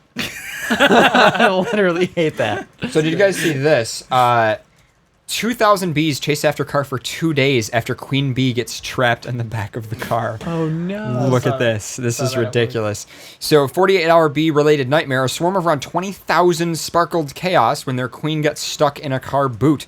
However, it took about 5 different beekeepers, park rangers, and passers to coax them off into a cardboard box, only for the wind to blow it off the car and for the queen to go back into the silver Mitsubishi Outlander. Oh my god. The fucking queen went back in the car. Roger Burns of Pembroke Beekeepers then says the car owners returned and drove away with the queen unknowingly trapped in the back of their car, resulting in the swarm taking up the chase, even being spotted on the car's boot the next day. Roger, a 65-year-old retired doctor, said, "We think the queen has been attracted to something in the car, perhaps something sweet, and has gotten into a gap in the boot's wiper blade or perhaps the hinge. Somewhere around 20,000 had followed Pause her." for a second, because boot in the UK is trunk. How would you not know that? There's probably people that don't know that. Whatever. Boot is trunk, people. Okay. I got about 15 or 20 stings for my trouble, and then left the cardboard box on the roof while we waited for the last few hundred bees to leave the boot. But then a gust of wind blew it off, and the queen went back into the boot again. That's great. Yep. Side note, have you ever seen bees swarm? I have not. It's pretty fucking terrifying. It seems like it would be pretty terrifying. My father and my brother got swarmed by like land bees, like the like a ground nest. Sorry. Yeah. Land bees. Land like bees. they're sea bees. You never know. Sea bees. Sea bees. My neighbor's house used to have a swarm, or not a swarm, but a nest like inside her house. And now we have like a rather large driveway, and they tried to make another nest under our porch. So they were moving from her house to our porch. And there was probably about a good 3 or 4 hour period of time Speaking. Oh, look at that. Yeah, there's a little bug up in the ceiling. There was a period of time where we our driveway sounded like a waterfall because there were so many bees, and we couldn't pull in because there was a wall of bees. Fuck that. We Yeah, had a bunch exactly. of bees in the eaves of our house, and we actually called a company out to deal with it because it was so we bad. had to call some people because Yeah, it was crazy. bad. There was like at least 20,000 bees. Wow. Like, So When I real was a quick, kid, I did stupid stuff. Like my friend had a huge, gigantic hornet's nest that was like the paper one, mache one in a tree, and we threw a rock at it, and then ran. you are so smart. Well, it was behind his house, so we could run to the garage. Oh, at least you have cover. Yeah, Yep. we were safe. You weren't that stupid, but So, pretty stupid. so do you guys see this? This is another stupid article that isn't worthy of an entire little while, but apparently upsets me a there's lot. a like tongue toy rubber thing that you can put in your mouth and then lick your cat. Is there a video for this? I don't know. I hope not. There is There is on YouTube. We need to There watch is. it. I We need- oh I god. You need to watch a cat owner lick their cat, because cat owners need to be even more crazy than crazy cat ladies as they are now. Like Jesus by licking Christ. your cats now. So that's a thing. Cat brush. It got your pleases tongue. the cats. Stop. It does, yeah. So then there was this article. I guess we'll shout this one out real quick because why not? Just let this one play here. Let's go to Armira Baines, who's in Vancouver with details on this one. So a crow making its way into a police investigation? Yeah, well, Michael, it's hard to keep a straight face. We are talking about a crow that's accused of flying away with a knife from a crime scene. Now, this happened on Tuesday. Vancouver police were called to the scene of a burning car. There, they say that they were confronted by a man who had a knife. And so police had shot the man in the leg, but he also dropped the knife, and then this crow, also known as Canuck, came and he picked up the knife. It has a and name. He flew off. Witnesses say that officers chased the crow for about 15 to 20 feet until the crow eventually dropped the knife, and police got a hold of it. Vancouver police have confirmed this. They do say this crow was quite persistent, but they did manage to get a hold of the evidence. The crow also persisted and hung around the crime scene for a while. He was seen This lady doesn't have much emotion to her, does she? car as well as trying to get into the camera. This very funny thing happened, and then this happened. So this crow I think she's trying to be serious. In this neighborhood. Canuck also has his own Facebook site. And there's a photo of Canuck with another knife, and that was a photograph that was taken in January. So this isn't the first time that this crow has. This bird just wants to fucking stab some people, man. He's angry. Because my understanding is, and I've covered crime stories as a reporter, that description that suspects are known to police. This crow is known to police, known to Vancouverites because it's been seen around. That's crazy that the police know about this bird. There was a lot of pictures of just of it. They just keep putting these Dark Souls. There's a game called Dark Souls. Yeah. And apparently there's an enemy crow in it, and they just kept putting that crow. Right. It's not an enemy. Pickle Pea. Yeah, Pickle Pea. Yeah, the Pickle Pea. That's funny. Yeah, Pickle Pea. All right, so we have a very interesting NPR story about scientists discovering cures for diseases by making hybrid human-animal embryos. You guys want to take a listen to that? It's 8 minutes though. I'm okay with this. Yeah, I'm okay. I'm okay with it. I think we should go ahead and play it. So yeah, you guys are listening to FurCast, and we're gonna play a clip from NPR. Scientists are trying to do something that some people find disturbing: create embryos that are part human, part animal. These experiments are so sensitive that the National Institutes of Health is refusing to pay for them. A few researchers are trying anyway with private funding, and they hope these embryos, known as chimeras, could eventually help save thousands of people dying from terrible diseases. NPR health correspondent Rob Stein got unusual access to one of these labs. He brings us this inside look at whether scientists can and should be taking this unprecedented step. All right, so what did you want to say? I was saying that they're like National Research Science are not funding this because it's like fringe science and they don't want to pay for it. I was like, they should just kickstart it because I'll start paying for this. I would pay for it. Yeah. Fuck yeah. We're going to make some chimeras. I'm in. Need my DNA? Want to test this out? Yep. The word chimera comes from a Greek myth about a three-headed fire-breathing monster, part lion, part serpent, part goat. The scientists creating real chimeras today say they're nothing like that. They use everyday farm animals, like pigs. Like this one at a research farm at the University of California in Davis. I went there to meet Pablo Ross. What are you going to use these pigs to do? So we're creating a chimera, which is an animal that has cells from two different species. For example, a pig and a human. We're not trying to make a chimera just because we want to see this kind of, monstrous creature. We're doing this for a biomedical purpose. You see, Ross wants to grow human organs inside pigs, sheep, and cows. Organs like pancreases, livers, kidneys, even hearts. This could be one of the possible solutions for shortages of organs. So potentially could save many, many people. But to do that, Ross has to first try to make embryos that are part human, part animal. And that's something critics like Stuart Newman at New York Medical College say should be off limits. You're getting into unsettling ground that I think is damaging to our sense of humanity. Because, Newman says, it blurs the line between humans and other species and raises all kinds of possibilities that start to sound like something straight out of science fiction. Or FurCast. Can we more blend? I feel like if we blend humans with other animals, we'd probably make a stronger species. True. Maybe. Just throw ourselves in a blender. We'll get into all that in a moment. But first, Professor Ross takes me into his lab to show me exactly what he's doing. He pulls open a thick black curtain. On the other side is an eerie scene. There's a big microscope, something under the microscope's glowing orange and yellow. It's a dish that's lit up from below. So there is 15 embryos there in the dish. 15 pig embryos that have been genetically engineered so they can't grow their own pancreases. The idea is to put human cells into the pig embryos so a human pancreas will grow instead. That is so cool. That's cool. That is... And kind of freaky, but cool. It is, yeah. Everything on the microscope is projected onto a big computer screen. The embryos look like big circles. Ross uses the tip of a thin glass tube to hold one of the embryos by its shell. We are going to use a laser to make a hole in that shell. After he makes the hole, Ross moves to a cluster of little black dots on the screen. What are those? So those are human stem cells. Human stem cells, which can be made from anyone's own skin cells. Oh shit, where's Jesus? Then can become anything in the body. Ross hopes they'll become a human pancreas. He pulls 5 of the stem cells into a tiny needle under the microscope. And then through that small hole, I can advance my needle containing the cells.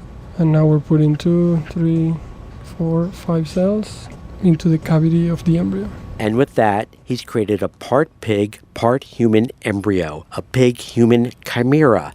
He does this over and over again. In less than an hour, he's got 50 chimera embryos. So by putting these cells inside the embryo, we hope that they will contribute to the tissues of the developing embryo. And hopefully do something that's never been done before. Start to grow a human organ inside a pig embryo. Tails. Tails. It's going to happen. Well, couldn't you just put if you destroyed the brain or the part, well, it's not even a brain yet, it's the cells. Yeah. But if you put human stem cells where the brain would be, wouldn't you create then a human-brained? No, it'd probably just be really fucked up. I think they're trying to create Ganon. Yeah. Because keep in mind, a lot of these animals especially don't live very long as well when they do this kind of stuff. After the animal's born and matures, it would be sacrificed to remove the human organ, so surgeons could transplant a perfectly matched pancreas into a patient with diabetes. Oh, that's kind of creepy. But for any of that to happen, Ross has to take the next step, put the chimera embryos into the wombs of female pigs. So there's actually a lot of movies about this, which is the idea of essentially farming organs, but farming organs with like humans. a full-on, with humans obviously is what most of the movies involve. We're going to paradise. You're actually just a clone. We're cutting you up. The Island. That was a really good movie. Yes. There's also another movie called Never Let Me Go, which is probably one of the most depressing films I've ever seen in my entire life. Which is about some school children. I loved The Island, to be honest. I want to watch that again. I really did. I haven't seen that in a long... They don't play it. I was surprised to know that it was a Michael Bay movie, too. Was it really? Mm-hmm. There was no Oh, explosion. you know what? That's not surprising, though. Was there explosions, though? Yeah. There were, yeah, but just... Was there explosions? But now that you're saying that, like, I just remember the whole movie and, like, some of the angles and, like, camera angles and stuff like that. It's definitely Michael Bay. Like, sorry, off topic. Sorry. He does that across the street in a big operating room. So I just need to set up the scrub area, the gowns, and the surgical. Dr. Joan Rao and her surgical team are getting ready for the operation. After the pig's asleep, Rao and her team get to work. We're just now entering the abdominal cavity and then taking a minute to locate the uterus. So retract that. As soon as she has the uterus, Ross rushes over with a special syringe filled with chimera embryos. You got it? Come on, underneath. That's yours. So they can insert the end of the syringe into the uterus. Wait. It's got to go down at that angle, though. I'm going to thread it down just a little more. Yeah, thread it down. The tip is turned a little bit, so I want to be real gentle advancing. Go ahead. Ross squeezes the plunger, injecting the embryos into the pig's womb. Okay, beautiful. After that, the surgeons start closing up the pig. That looks good. And Ross finally relaxes. The genetically engineered chimera embryos are safely in the pig's womb. And now, he just waits. In a few weeks, he'll retrieve the embryos to see what the human stem cells are doing inside the pig embryo. He's doing this with sheep and cow embryos, too. We're going to harvest the embryos and look to see if they contributed to the pancreas and where else did the cells go. And that's what makes this so controversial. Ross can't know exactly where the human stem cells will go. He hopes they'll only grow a human pancreas, but they could go someplace else, like the brain. And that makes critics like Stuart Newman very nervous. If you have pigs with partly human brains, you would have animals that might actually have consciousness like a human. It might have human-type needs. We don't really know. Or the stem cells could accidentally form human sperm or human eggs in the chimeras. And if a male chimeric pig mated with a female chimeric pig, the result could be a human fetus developing in the uterus of that female chimera. Or maybe some kind of part human, part pig creature. Jason Robert is a bioethicist at Arizona State University. One of the concerns that a lot of people have is that there's something sacrosanct about what it means to be human expressed in our DNA, and that by inserting that into other animals and giving those animals potentially some of the capacities of humans, that this could be a kind of violation, a kind of maybe even playing God. Newman and Robert are not alone. Government scientists are worried about this too, so the National Institutes of Health has imposed a moratorium on funding any research like this. For his part, Pablo Ross defends what he's doing. I don't consider that we're playing God or even close to that. We're just trying to use the technologies that we have developed to improve people's life. His dream would be big farms breeding sheep, cows, and pigs with human pancreases, livers, kidneys, and hearts to save thousands of people who would otherwise die on the waiting list for new organs. But Ross is moving very carefully. He's only letting his chimera embryos develop for 28 days so he can stop and dissect them to see where the human stem cells are going. If the stem cells are going to the wrong places, he'll tinker with them to stop that. And, he says, he'd make sure any adult chimeras are never allowed to mate. We're very aware and very sensitive to the ethical concerns. One of the reasons we're doing this research the way we're doing it is because we want to provide scientific information to inform those concerns. Ross hopes his research will convince the NIH to lift the moratorium on funding these kinds of experiments, so he and other scientists can figure out the best way to create chimeras that help save lives without crossing any troubling ethical lines. Rob Stein, NPR News, Davis, California.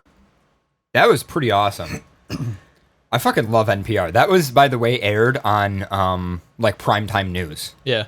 Like, which I love too. That's one of the reasons. Yeah, for anybody who doesn't consume NPR or has never listened to NPR, oh, so good. Like, I realize I'm a mad scientist because I'm like, fuck ethics. Let's just do this. Let's go all out. Let it. You are a mad scientist. I mean, that would be pretty cool, though. Yeah. So, let's create. So, what do we got left for news? Because we do have a decent amount of emails, actually, that we could go through because we've been off for so long. You got something, Pharaoh? Mm-hmm. It seems like you're looking to read something. I will get you some music in 3, 2, 1. Wait for it. Go. This is the one I actually want to read, but I just wanted to touch on this one as we were still on that same subject. Was the scientist to build synthetic human genomes? Synthetic human genomes. Yep. Okay. Which building their own entire human genome without any parents. Yeah. It's fact. Mass fact. Test can calculate a person's chances of waking from a coma. Ooh, that's actually really cool. Surprisingly, we all know that 42 is the answer to the ultimate question of life, the universe, and everything. And now it also turns out to be the same number that holds the key to human consciousness. Seriously? Seriously? Yep. Okay. In what way? Well, you gotta keep reading. This could be something, you know. Researchers have discovered that by measuring the metabolic activity of a person's brain while in a coma, they can accurately determine whether or not the brain is dead or still functional. And the percentage is 42. The minimum level of activity needed or necessity for a flicker of consciousness to remain in the brain. So what you're saying is that to be human, you have to be at least 42% conscious. Yeah. So 42 is the minimum, so you can't go below 42. Yep. Okay. I mean, that's kind of, you know. Answer to the life, universe, and everything is the consciousness of a human brain. 42. Yeah. It's creepy and amazing. I love it at the same time. Yep. 42.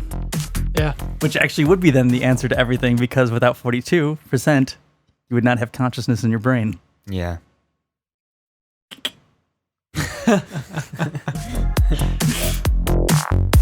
It's a grim subject to have to talk about, and hopefully no one reading this will ever have to make that decision, but there does occasionally come a time when we have to decide whether to pull the plug on a loved one.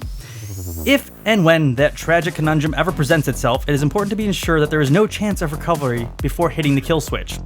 However, it is extremely hard to know whether a comatose person is minimally conscious state, MCS, whereby their cognitive flame remains just about alive, or is suffering from unresponsive wakefulness syndrome, UWS, meaning the flame is all but extinguished, and no chance of consciousness ever being regained. Publishing the discovery in the Journal of Current Biology, a team of researchers reported that by using the technique called positron emission tomography, PET, it's possible to accurately distinguish between the two, actually. PET involves inserting radioactive atoms called... That's okay. If you're just going to inject radioactive atoms into you, then... well, I mean, keep in mind, like... most things are... A lot of things are radioactive, yeah. Not the same way radioactive that you think. Well, I mean, you know, bananas are radioactive, yeah. We're not injecting uranium into your brain and seeing where it takes us. Yeah. A really wacky drug trip, I bet. PET inserts in radioactive atoms called radionucleotides into a person's body, and measuring the level of gamma rays given off when they interact with certain tissues. From this, it is possible to calculate the changes in glucose concentrations in the cells all over a period of time, which in turn provides an indication of the metabolic activity that exists inside the person's brain. When performing a PET scan on 131 patients with disorders of consciousness, the researchers found that the technique, which is already used to detect cancer, enabled them to correctly diagnose whether these patients exhibited MCS or UWS. Results showed that metabolic activity of those suffering from UWS was 38% of the normal level of a fully conscious person, while this figure rose to 58% for those in the MSC. Based on these findings, researchers were able to predict whether or not a person would wake from their coma. A year later, 8 out of the 11 patients whose PET scans showed 42% of the normal activity, or higher had regained consciousness, such as the study authors concluded that 42% of a normal cortical activity represents the minimum energy requirements for the presence of conscious awareness in a human being. So perhaps we finally know the question. Nice. 42. 42. 42. That's crazy. Yeah. I just find it's kind of amazingly awesome that 42 comes back. Yeah. From the whole joke of A Hitchhiker's Guide of what's the answer to life, 42, Yeah. which really had no other meaning. Yeah. And now it does. Yeah. There's a lot of meaning. All right, you guys want to go on break and then do some emails? Yeah, we can do that. All right, cool.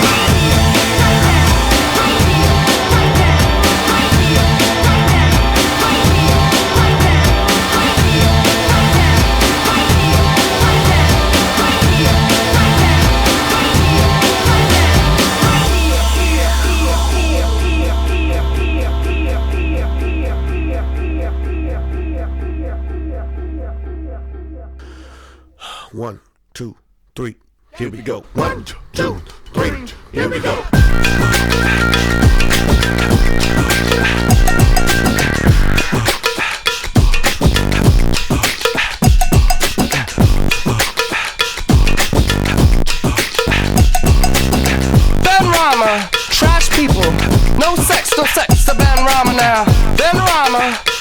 people. No sex, Ben Rama. Ben Rama, he's trash people. No sex, Ben Rama now. Ben Rama, trash people. No sex, Ben nah. No.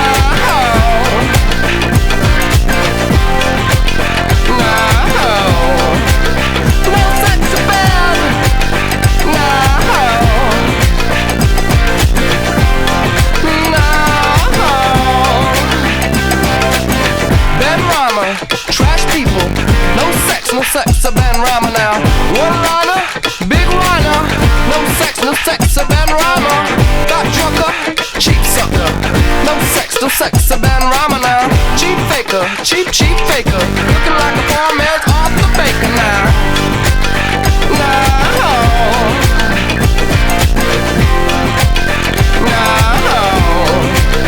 No sex, Ben.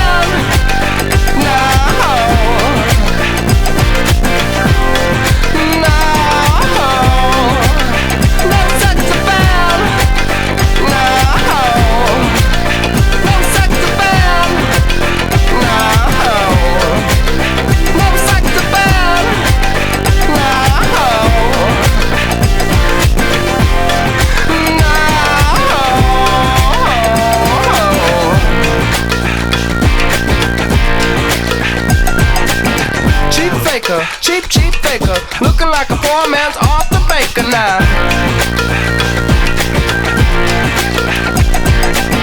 Ben Rama, big time lover, try to snatch a kitty off his girlfriend's mother.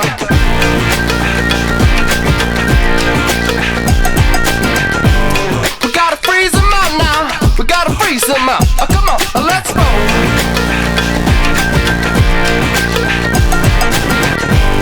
Gotta freeze him up. I said, 1, 2, 3, freeze.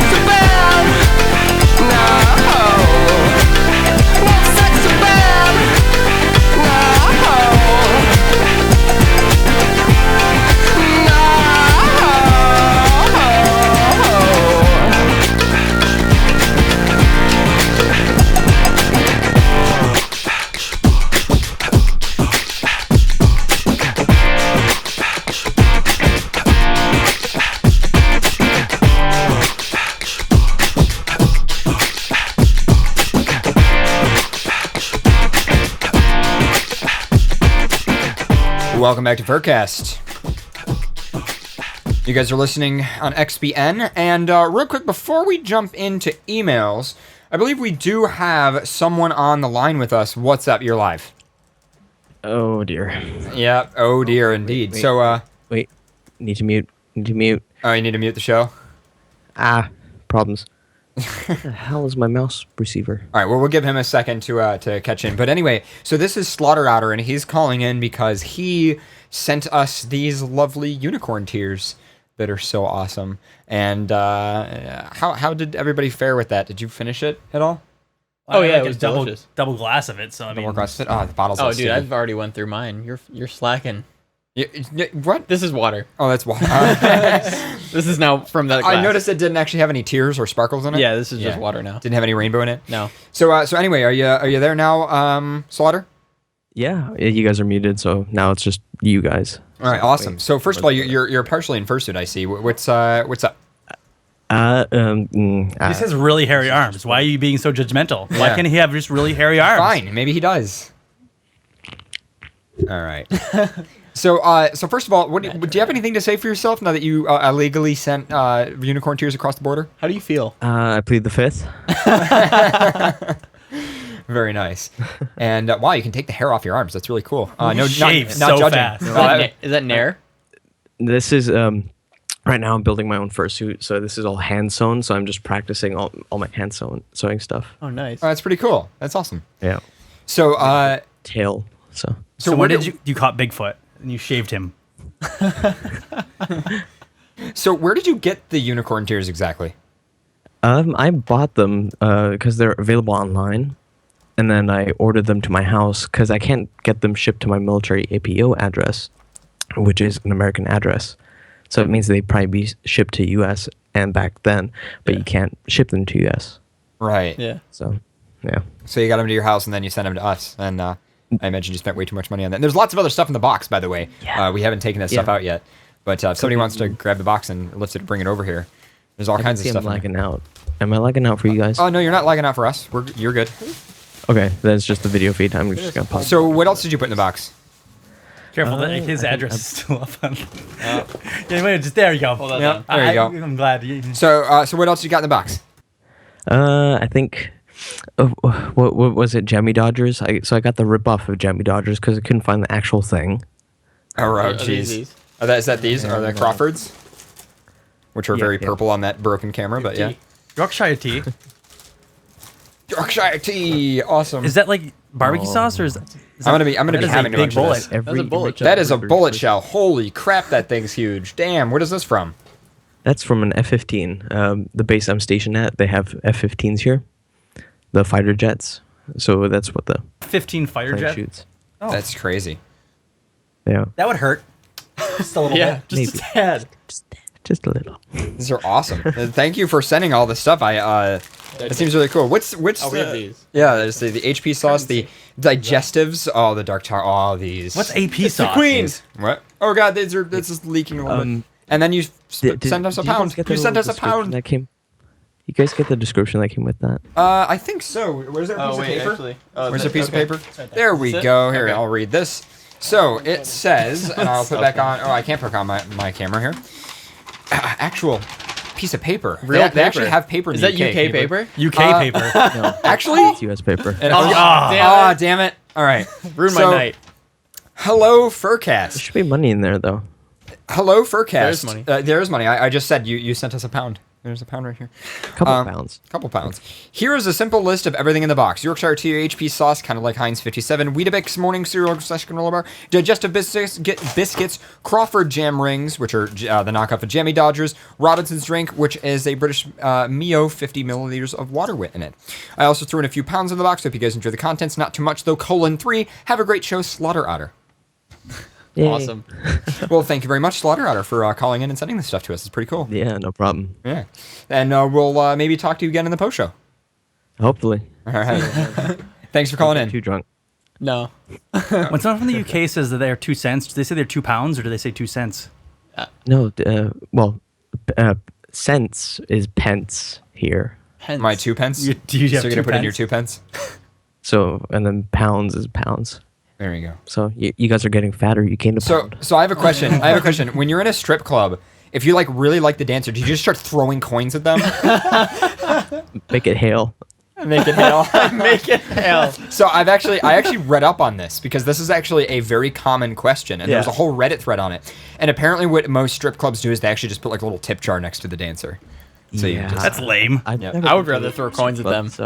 I'd rather throw coins, I feel. Yeah. Or spin them all and then they have to walk across them. leave my welts on them. Yeah. Oh, this package ripped open. I hope they're still good. I'll eat it still. Yeah. What ripped open? The package of the digestibles. It says best before the 30th of July, so I think we're okay for a little while. Yeah, we should be all right. You should be fine. Even though they're opened up. But yeah, I'm keeping a pound because I never had a pound before, and then I gained a pound.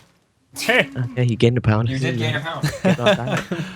All right, well, thank you very much for sending all this stuff in, dude. Can you go to Denny's and pay in pounds? They'd probably freak out. There we go. I don't want to go to Denny's anymore because that Denny's sucks now. Yeah. But I was so feeling Denny's though. We could go to a different Denny's. At Denny's yeah, I don't want to go to that Denny's. There are other Denny's that we could go to. Yeah, but that's the closest one. Yeah, but not that bad. I mean, West Seneca's not that far. Yeah, it is. Orchard Park or isn't for him. Well, he's yeah, for him. Oh, we ain't could doing that shit. Is there a Denny's in Eden? No. Shit. Eden? There's nothing in Eden. I know there's nothing Pharaoh's in in Eden. That's pretty much about it. That's all that's in. The whole town is just Pharaoh's house. There's a pizza place though. Two pizza places, a Chinese place, and Population 1 blue fox. there used to be one. There used to be one red light. I miss those days. There used to be one red light. There used to be one red light. Are there more now? Now there's two. Whoa! Wow. Really upgraded there. I know. Damn. Eden went hard. Expanded outwards. Yeah, you're really urbanizing. All right. We almost have a gas station that stays open past 7. What? No way. Yeah. The glasses are off. Almost. Surprising. Very surprising. So we have like the 3rd largest fair in the entire country. That's and true. A lot of things that go on here in good old Hamburg. Hamburg. In the burbs. Hamburger. Yeah. It's so funny because... When you're eating a hamburger? Oh my god, my drunk father. Your drunk father. My drunk father. Oh, My geez. drunk dad. You guys ready for emails? I think so, yeah. Yeah. Where has all the good mail gone, and where are all the fans? Where's the streetwise fursuits to fight the rising spam? Isn't there a white knight upon a centaur steed? Late at night I toss and I turn and I dream of what I read. You guys want to play the whole thing one more time? Yes. We need an email. We're holding out for an email to the end of the night. It's gotta be good and it's gotta be quick and the grammar's just got to be right. We need an email. We're holding out for an email to the end of the night. It's gotta be good and it's gotta be quick and the grammar's just got to be right. Got to be right.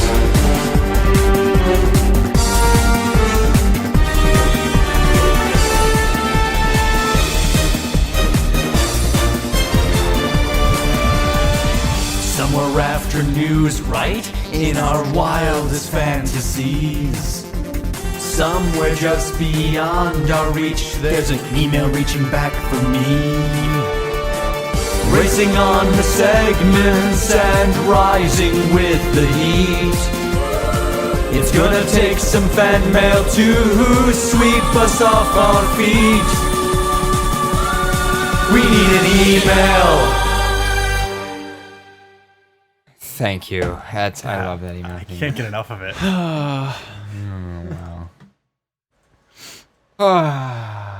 That was lovely. Lovely thing in our memories that we're never going to forget. All right. That's okay. So, emails. So I have a few of them open, and I just realized that Lizard doesn't, but I can fix that in a little bit.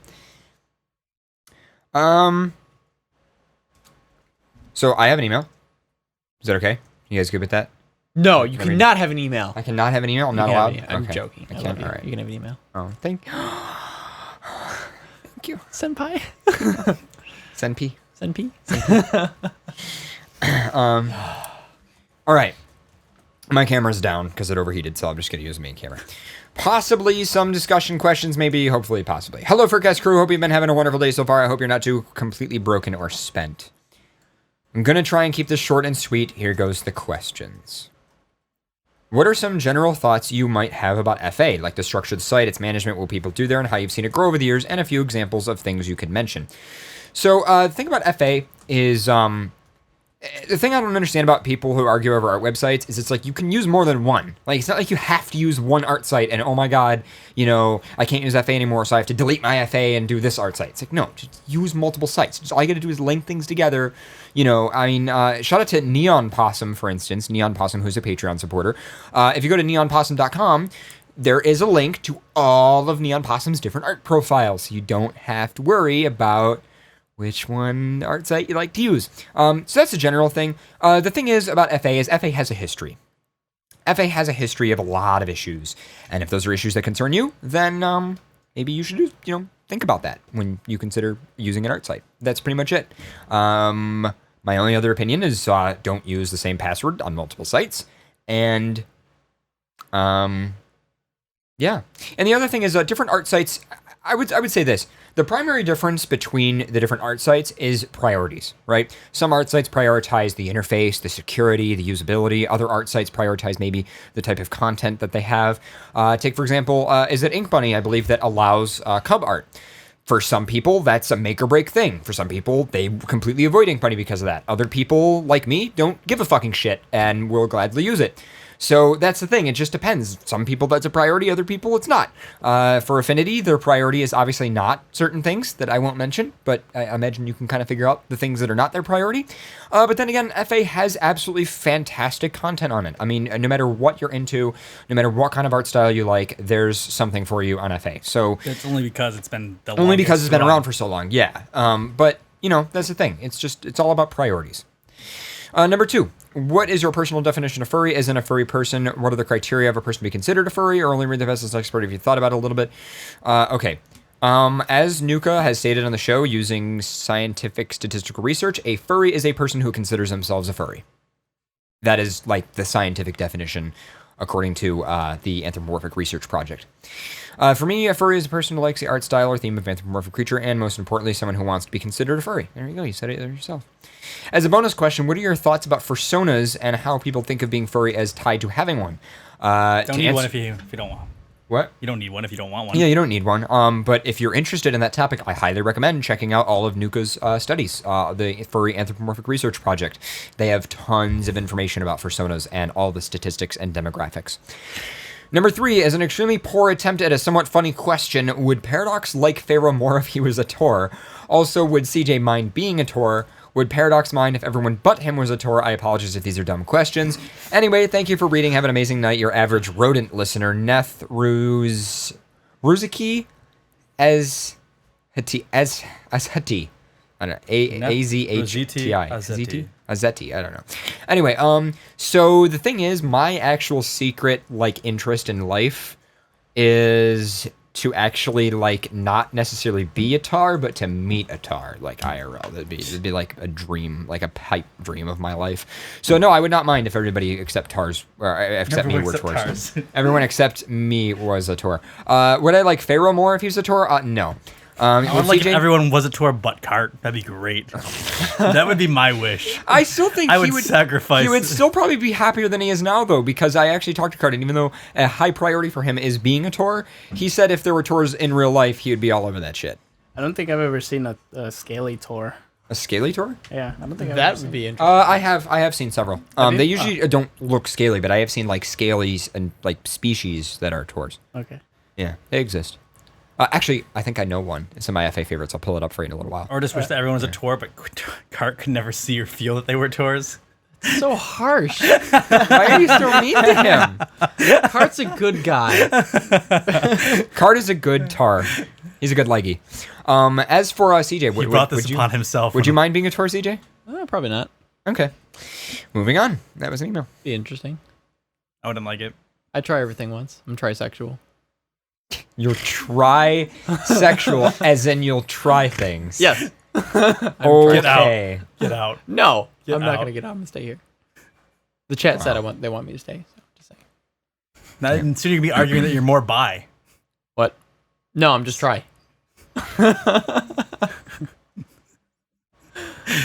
Hashtag fact. I'm done. Anyways, I have an email.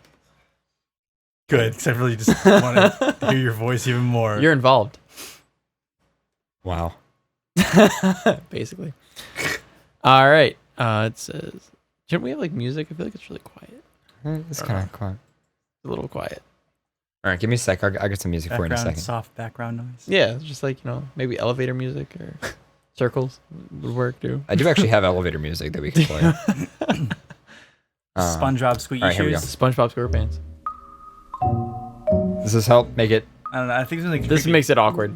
Yeah. All right. All right. I got some more music. I like this. This is nice and upbeat. Okay. CJ and Pharaoh. How did CJ and Pharaoh first meet? Did they just start by shitting on each other when they first locked eyes? I'm really curious. Also, why was CJ obsessed with pushing children down the stairs? One last question as well. If one were to write an erotic story with you three, would you be willing to read it on your show? Hypothetically speaking, of course. Don't. Stop. What? She writes like professionally. Wow. Okay, so let's go through. How did I don't want to know what's in your mind about anything I would do. I want to know. I would like to know. I'm curious. How did we first meet? We just shat on each other, pretty much. That's how. Yeah, that's it. That's how it was.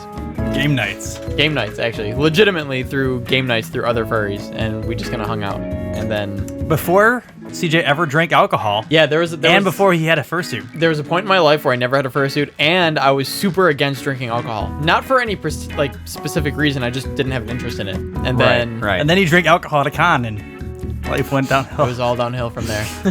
I could see my life falling apart. Didn't you lick boobs the first time too when that happened? Oh my god.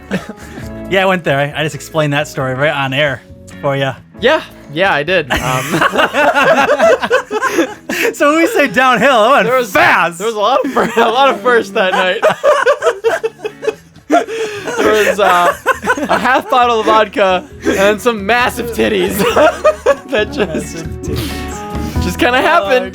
That was thanks, Pharaoh. I remember you coming to me first. You're like, I gotta tell you something. I drank alcohol for the first time. Meek has the video. And then I licked tits. Oh my god. Secrets exposed. Remember you told me to get out? I'm just gonna leave now. I'm pretty much done. I know all your backstories. Oh, never trust a blue shared box. so many moments together. Never ever trust a blue box. We've shared so many moments together. Cheers. I'm not even gonna toast you. I hate you. Anyways, we're like brothers. No, enemies. Brothers. Oh god, why is CJ obsessed with pushing children downstairs? I just don't like kids. Plain and simple. Oh, I have some alternative elevator music as well. Alternative.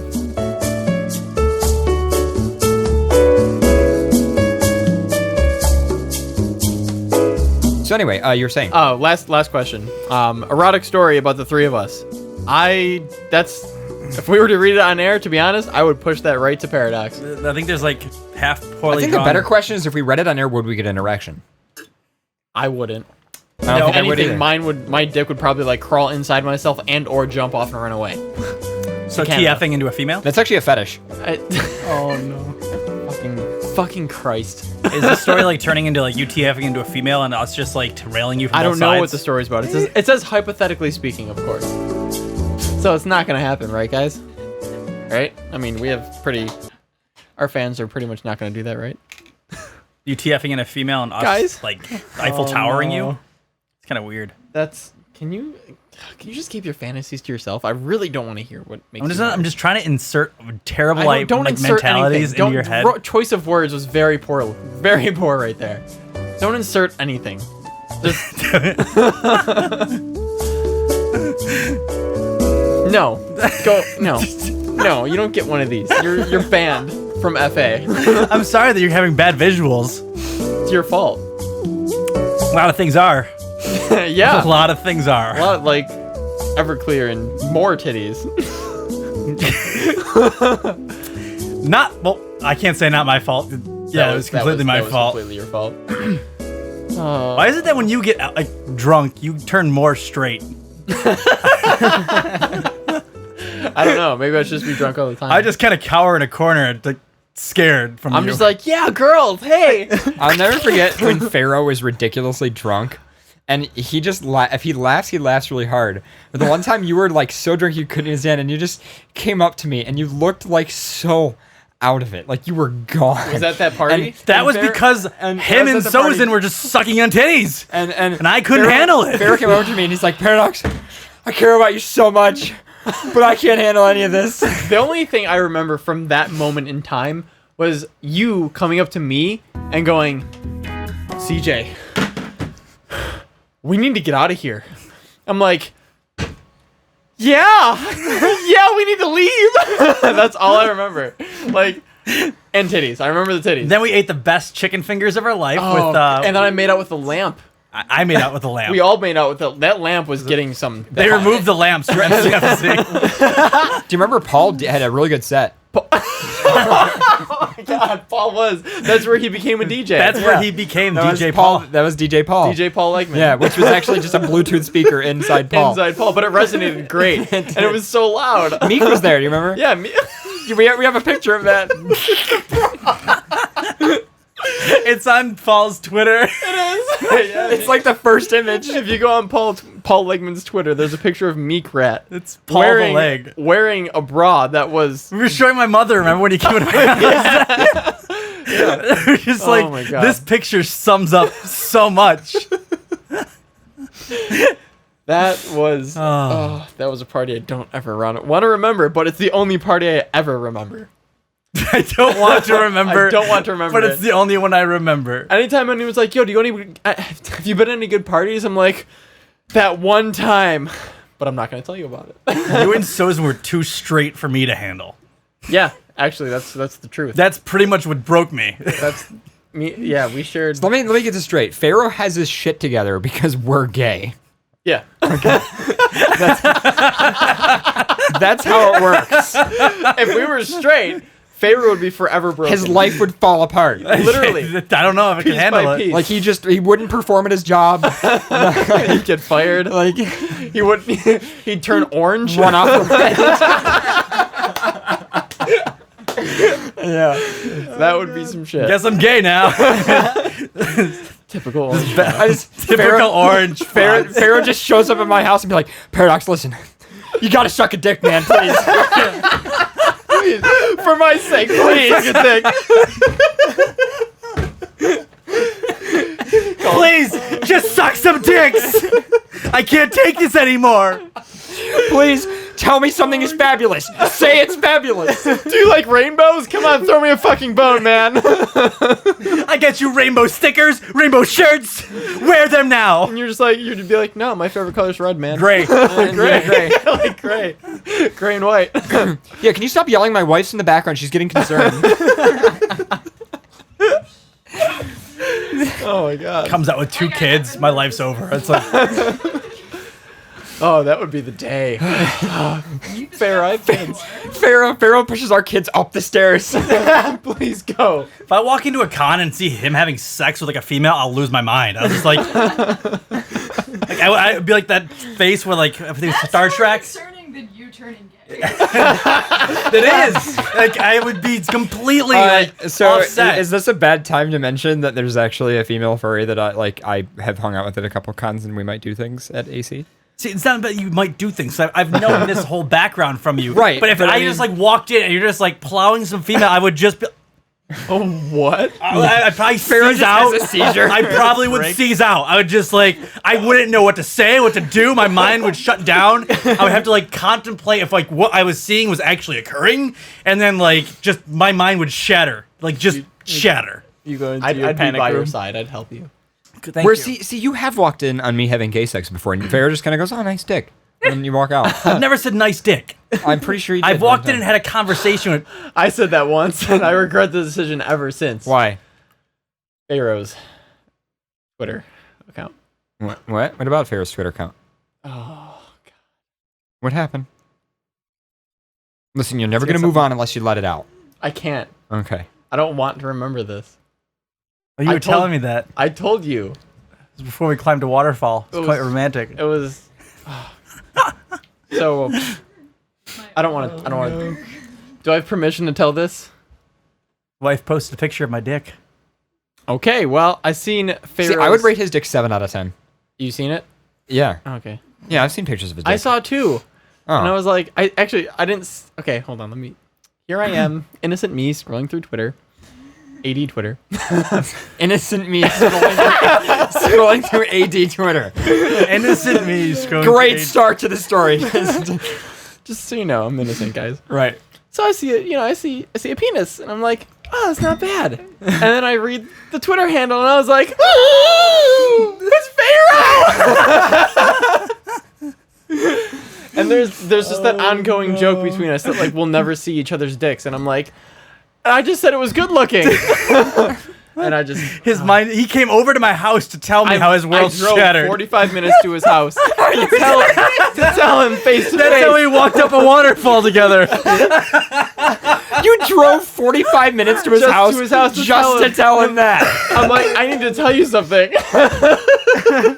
50 Shades of Pharaoh. He sat in the chair in my room.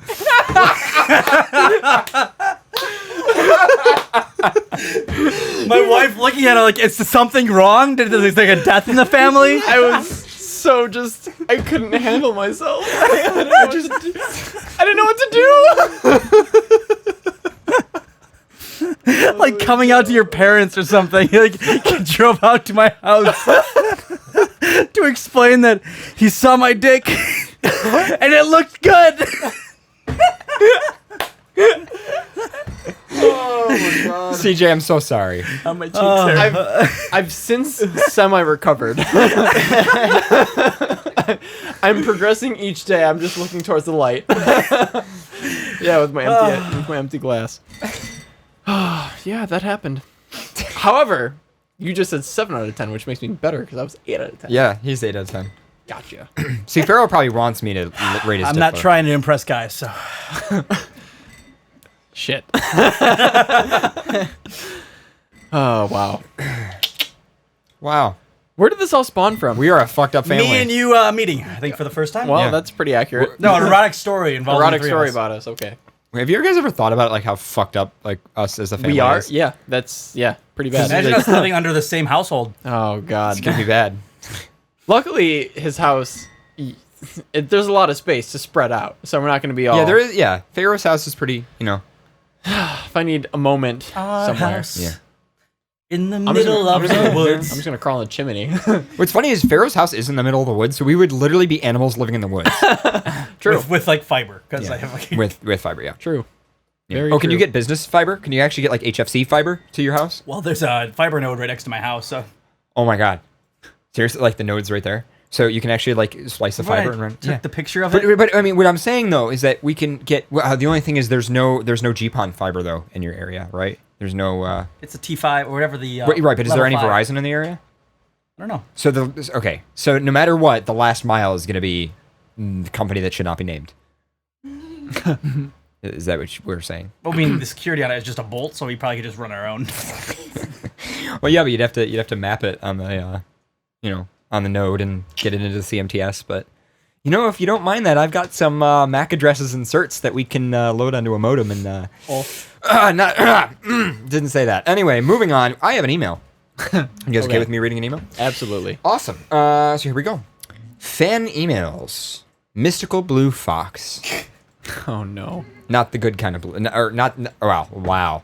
Not the bad kind of blue fox like Pharaoh. He's the good kind of blue fox. No hello, comment. hello, FurCast and guests, :3. What? First of all, I will explain what happened to me. Sorry for my grammar. It's not my native language. Also, this mail is all about relationship. This is the first time writing a letter to you, and I would like to stay anonymous. So I have a question for you guys. And, he said he wants to remain anonymous, so I won't say his name, but he's like... Son of Blue Fox. Well, I did say Blue Fox, but he is one of my, I don't want to say he's one of my favorite fans, because that's a terrible thing to say when there's tons of people listening, but, you're How many Blue Foxes are there out there? This mystical Blue Fox... You're already giving too much away. This mystical Stop. Blue Fox, in particular, is pretty fucking cool, and I have a ton of respect for him. Anyway, I am a straight male fox. You're not the only one. There's more. There's more of you. That's how do you think these blue foxes keep coming about? We need to put a stop to this. Almost all. There's so many blue foxes that I met that are straight that it's kind of scary. I am a straight male fox who lost my lover. Aw.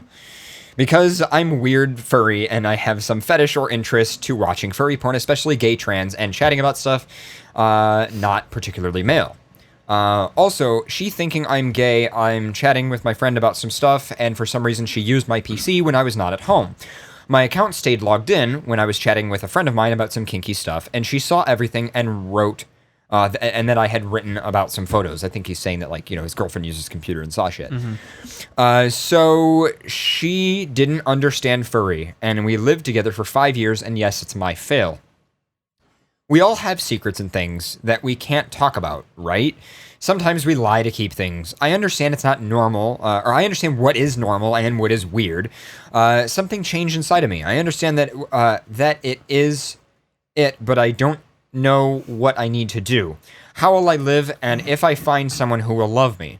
I mean, I should turn to be a normal person and forget about weird things or trying to hide everything about a dark side, but it's a lie, and it can't be good for love. I'm not a social butterfly, I'm a shy person, and for me, it is really difficult to stay around lots of people. I'm not a real man, and I mean real man, who really brutal dude and will survive everywhere. So I think what he's just saying is he's not manly. He's not manly, yeah. So I'm more feminine and friendly than regular male, and I prefer to communicate more with females than males. Now I am single, and I have no... This is not me writing this email. I'm sorry.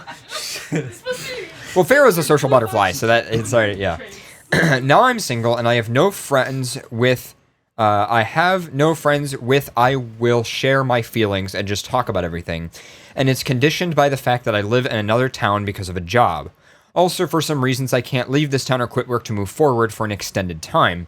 My question for you, what is considered normal? And what if you have secrets, is it normal for you to try to hide them from your mate?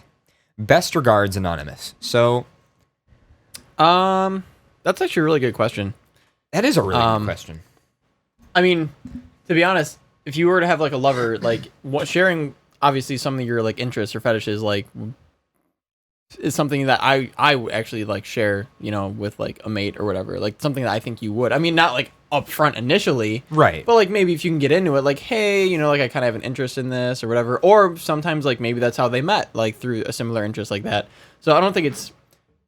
I mean, I wouldn't say keep it a secret, but at the same time, just kind of like I would, yeah. I think you kind of work into more and more of what you actually are. Than I mean, you start basic, and then I don't think we even started off like explaining everything. I mean, 7 years in, we were still figuring shit out. But I mean, the thing is, for me, usually what makes level up you takes a lot. Yeah. Usually, what makes you mate with someone is that they share those interests with you, or maybe that they are into the same weird things. Now, I will say there's plenty of cases where your relationship partner might not be into some of, let's say, the same fetish you are, or something like that. But that doesn't stop you from being lovers. But most situations that I've seen, usually the other person knows about it. They just say, hey, that's not my thing, but, you should have fun with it. It's cool. It's your thing, whatever. And I've also seen cases where, like, open relationships or poly relationships or, relationship anarchy can solve where, maybe your partner can't necessarily fulfill all of your little special fetishes, and then you have someone else in your life that then fulfills that special fetish. Yeah. Nothing wrong with that either. So it really as long as both people we adopted a German wife. Right. But that's the thing, though, is even when it comes to, like, the polyamory or the relationship anarchy or even the open stuff, still, even then, your main mate probably should know about it. Yeah. So I don't know if I can really identify or get behind the not telling your mate thing. I feel like your mate is the person, like, if that's your life that partner, you want to tell, especially if you're monogamous, I feel like that's the person that should know about the stuff. Yeah. Even if they're not into it, they should be in sync with you on whether or not that's okay. And even the fact that his mate found out about stuff that he's into and ended things, that really sucks. Like, that's weird though, because I mean, if someone loves you, if they find out pictures and stuff, I don't know, that seems weird. Yeah, that seems, I don't know. I mean, it depends, and it also depends on culture, right? Like, we're not going to say where this person lives, but she like, joked with me and said I should get in porno, and she was like, yeah, it'd be kind of cute, and I'm like, what? Well, but that's the thing though, is like, as you go through life and you have various different sexual partners, you will learn also that different people handle things in different ways, and that's like one of the advantages to like growing up and learning about who you are and what you value in a relationship. So that's the other thing. Don't feel that this relationship failed and that's necessarily a bad thing. I'm not saying feel good about the fact that you lost your lover, but what I would at least think about is that now you can move on and maybe a little bit more about what you seek and what you value in a relationship. I would say true relationships that last are people that actually choose to fix their problems rather than do the stereotypical movie level drama of, oh my God, you did one thing, well, we can never be lovers again, which Yeah. I feel like is completely non-realistic because Yeah. lovers quarrel. That's why there's lovers quarrel. But I'd also like to say this, you know, if it's cheating or if it's one other thing, it's fine. But like, if your lover says you can't do this if you want to be in a relationship with me, and if you do it again, I'm going to leave. That's also again like it really depends on what it is. If you're doing heroin, okay, maybe, yeah, you probably shouldn't do that again. But if it's because you're into a certain fetish or because you want your relationship to be open and it's not, maybe instead of saying, no, you can't do that again, otherwise I'm going to break up with you if you do it a second time, maybe you should then, in that case, you should sit down and say, well, hang on a minute, this is something I might be interested in doing again. We need to talk about this. Maybe we should end the relationship. In that case... Can we break it down to something simple and say that communication is key? Right. So even if something is found out or even if you're something, it's sitting down and talking with things rather than just blowing things off. Yeah, So, I yeah. mean, a lot of things come down to just having a conversation with someone. Well, and the other thing is, you know, if some incident triggers a relationship ending, that's not necessarily because it was that incident. You know, sometimes when somebody cheats or something like that in like a monogamous agreement, that more reveals that, hey, you know, now that we sit down and we talk about this, I've just realized over the past 6 months, I haven't really been feeling this relationship, and that's why this happened. And then you can kind of go over the person. Like, that is a good example of, like, maybe ending a relationship after that. But ending it just because you did this, I'm not even going to talk to you about it, bye, that's a little stupid. Yeah. I've seen a lot of relationships end just from watching friends who've done the normal relationships. I mean, ours was hardly normal. But none of my relationships are normal. But doing the normal relationships, I've seen so many people that actually use kind of the person that they're dating or whatever when they do something wrong because the fact they kind of wanted the end of the relationship, but they don't want to be the bad person in the ending of the relationship. Yep. That is, they're waiting for that moment of when they do something wrong that they can then leave on that note. Yeah. So it's Yeah. like, I'm waiting for you to fuck up. I know And- you're going to fuck up sometime. I can't wait till you fuck up. You And fucked up. Yes, I get to that's- leave. What you just said is what he said earlier. Literally the like stereotypical like movie relationship. Yeah, which yeah. is like unfortunately what like a lot of people think is like a normal whatever. But the other thing I would just like to say, lastly, about relationships and this stuff is that, you know, if it doesn't work out or somebody doesn't connect with you on that level or it breaks up because, you know, some ultimatum was broken or whatever, you need to understand that different people have different priorities in terms of relationships. Some people prioritize things like loyalty, or some people prioritize support. Some people prioritize that you're just always going to be around to talk to them. Other people prioritize maybe just the things you do together and not necessarily being loyal. You know, and obviously there's many different definitions of loyal as well. Some people think it means you're going to like fight for the person. Other people just mean, hey, I want you to always be there for me when I need you. There's different definitions of all these things, and as you grow older and get into these different relationships, you're going to slowly discover what your priorities are, and that will help you get in sync with, you know, who you connect with the most. And the only other thing I'd just like to say is that, you know, sometimes when you get out of a relationship, you can feel manipulated, or you can feel like a person intentionally tried to hurt you, and maybe they did. But most people don't wake up in the morning and go, I'm going to be manipulative today. Most people wake up and just think about the things that they care about, right? Some person who's doing something that might seem manipulative, maybe they do it because they care about it, or they value you, or to them, that's them protecting you by manipulating you in a certain way. So that's the other thing too, is like everybody needs to just figure out what their priorities are, and it's up to you to figure out what yours are. So if it doesn't work out, it doesn't work out. But now you learn more about yourself and you can think for yourself and move forward. So that's that.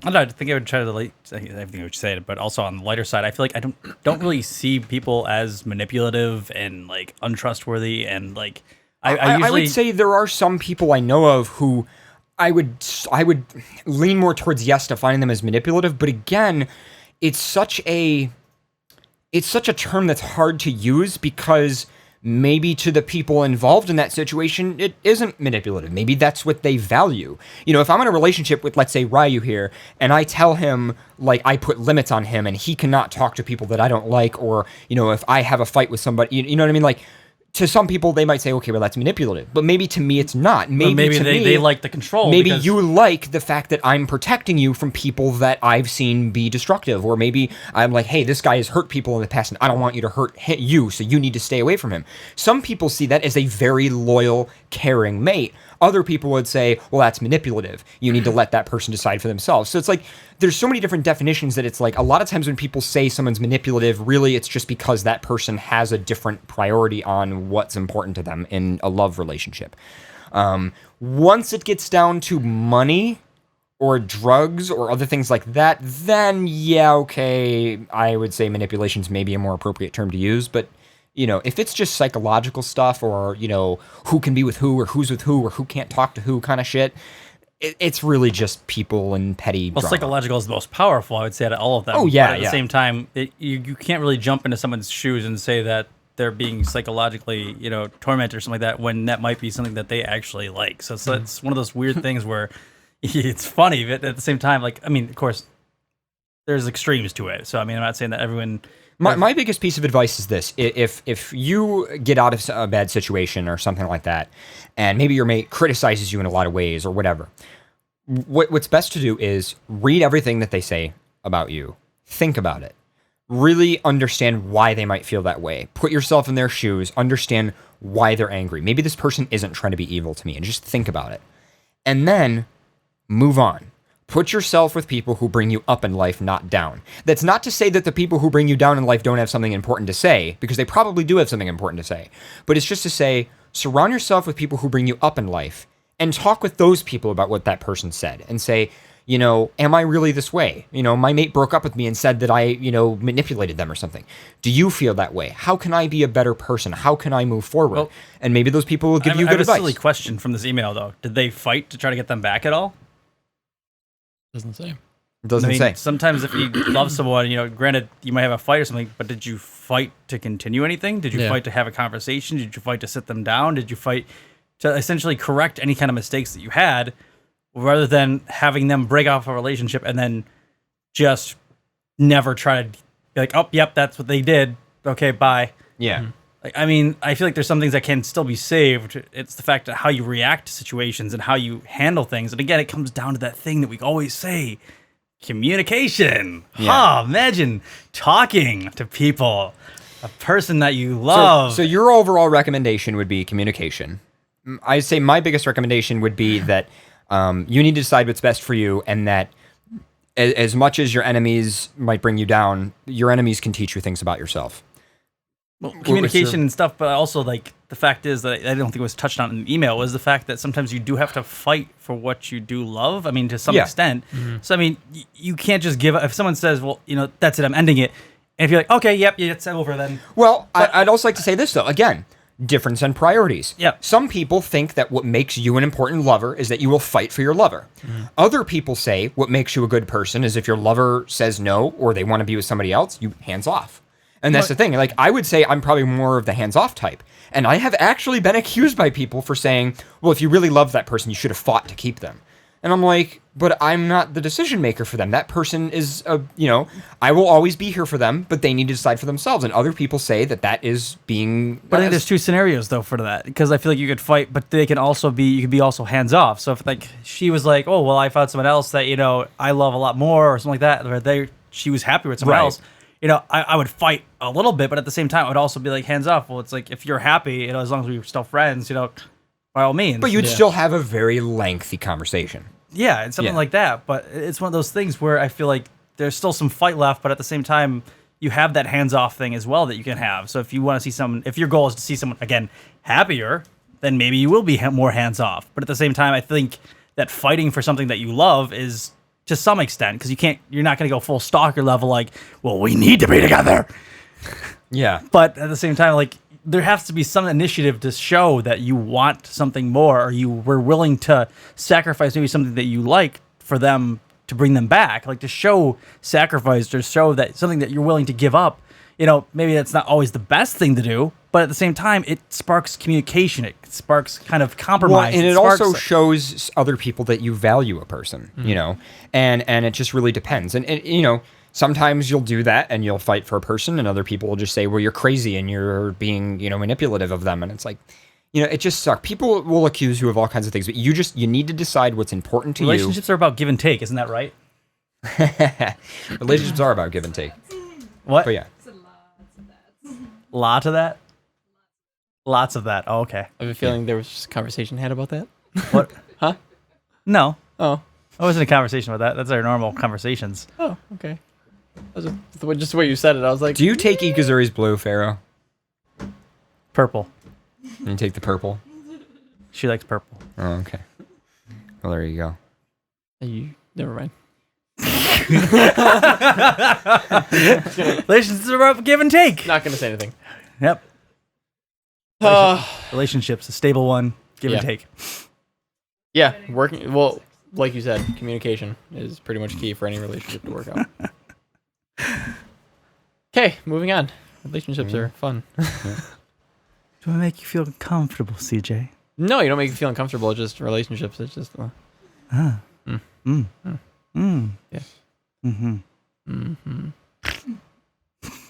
Exactly. How do lizards do it? What? How do you guys relationship? Lizards. How do they do it? Okay, not Do you not flare your like. Okay, what do you mean? Like, I love okay, it. what are we talking I about? love how we... we're talking about him and he's a frilled lizard. Yeah, but it's so funny. He makes a frilled lizard face. He goes like that because that's what frilled lizards do. Can you do it? Yeah. Yeah. Perfect. Yeah. You're a lizard. Yeah. I really want to just like make you something that like sits on your shoulders and you just pull something and it just goes. There's actually people keep sending me this gif of this one guy going like this.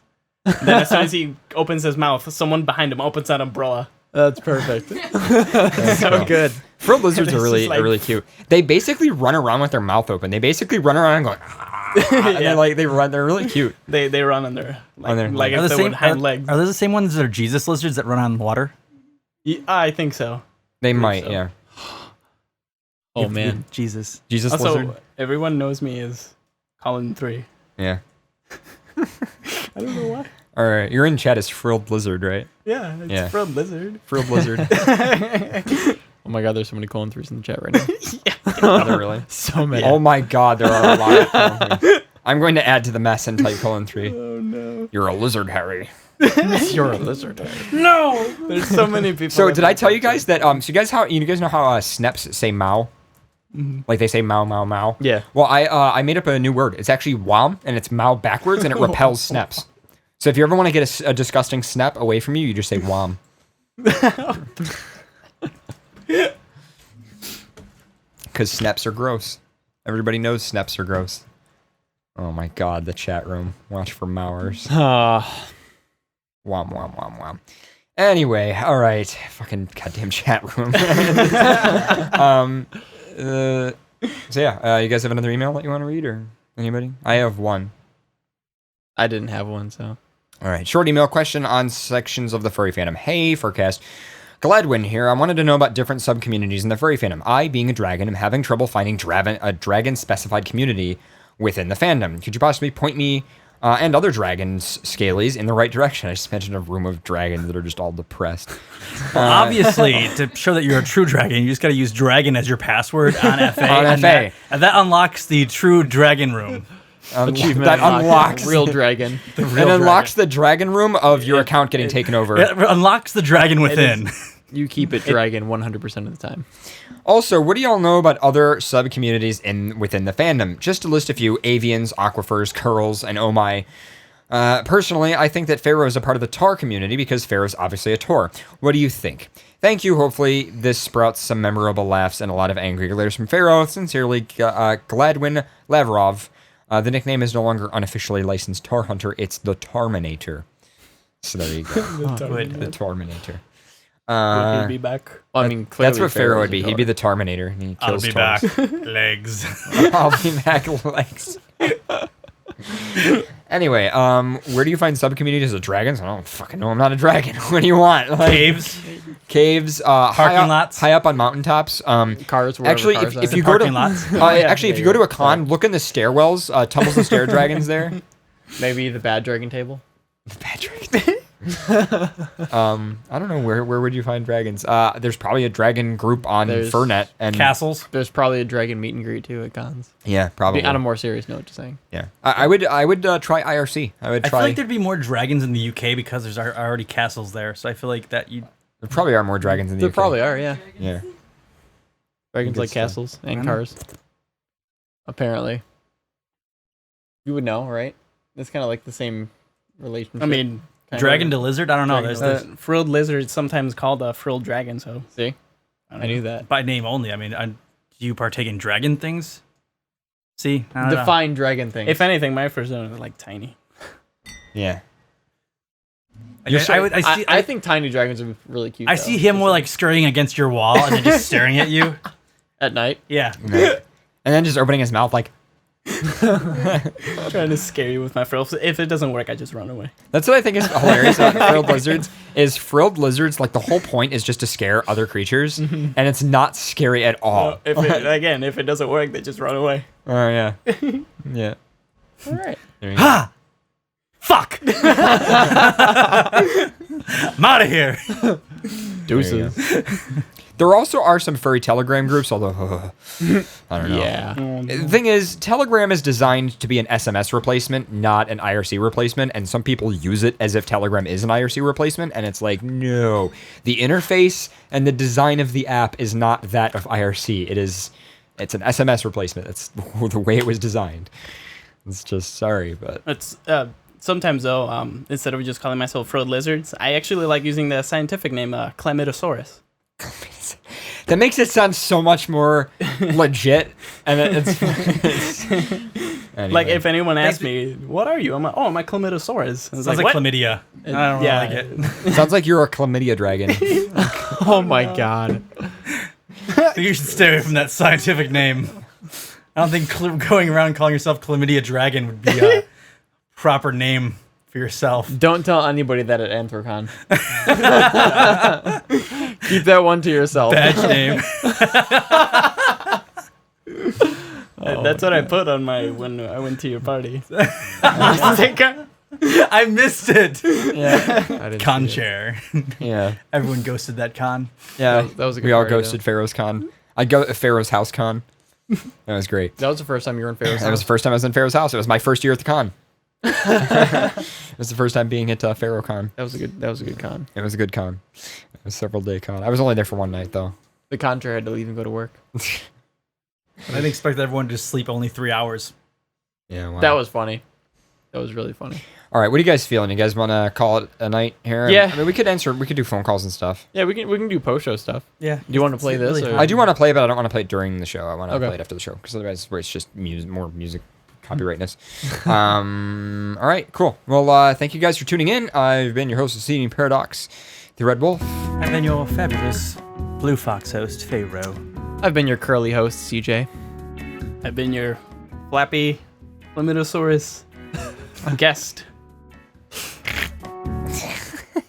Did you ever see like there's like a Japanese guy that like had his glasses and when he went like this, like the glasses like opened up with the CDs. Yeah. Oh yes, that was it. When you got Oh, the yeah. CDs on the sides.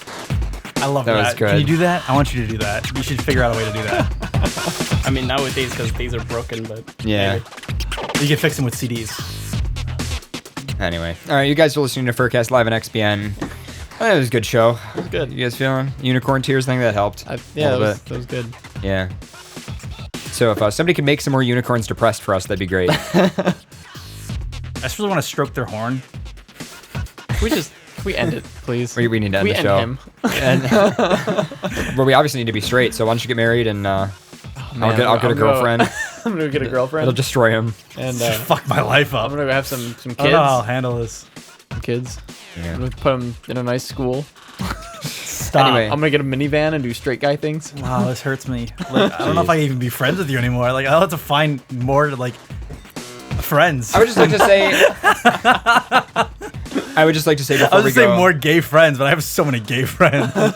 I would just like to say before we go, thank you to everyone who supports me, all of my friends who have helped me with this new audio mixing system, all of my friends that listen to me bitch about all the medical weirdness that happened to me this week, and I would just like to thank everybody who's like been awesome and continuing to support the show, even though we've been off air for so many weeks. I'm so sorry, but there may be a new show coming soon on XBN. I know I've said that a million times, but now that we have the new mixing PC, I'm sure it'll happen, and we'll see you guys very soon. Good night. Thanks for tuning in. Music is not over yet. We'll just wait for the wait for it. Do we need Paul here? Does Paul need to end it? No, it's over. And now.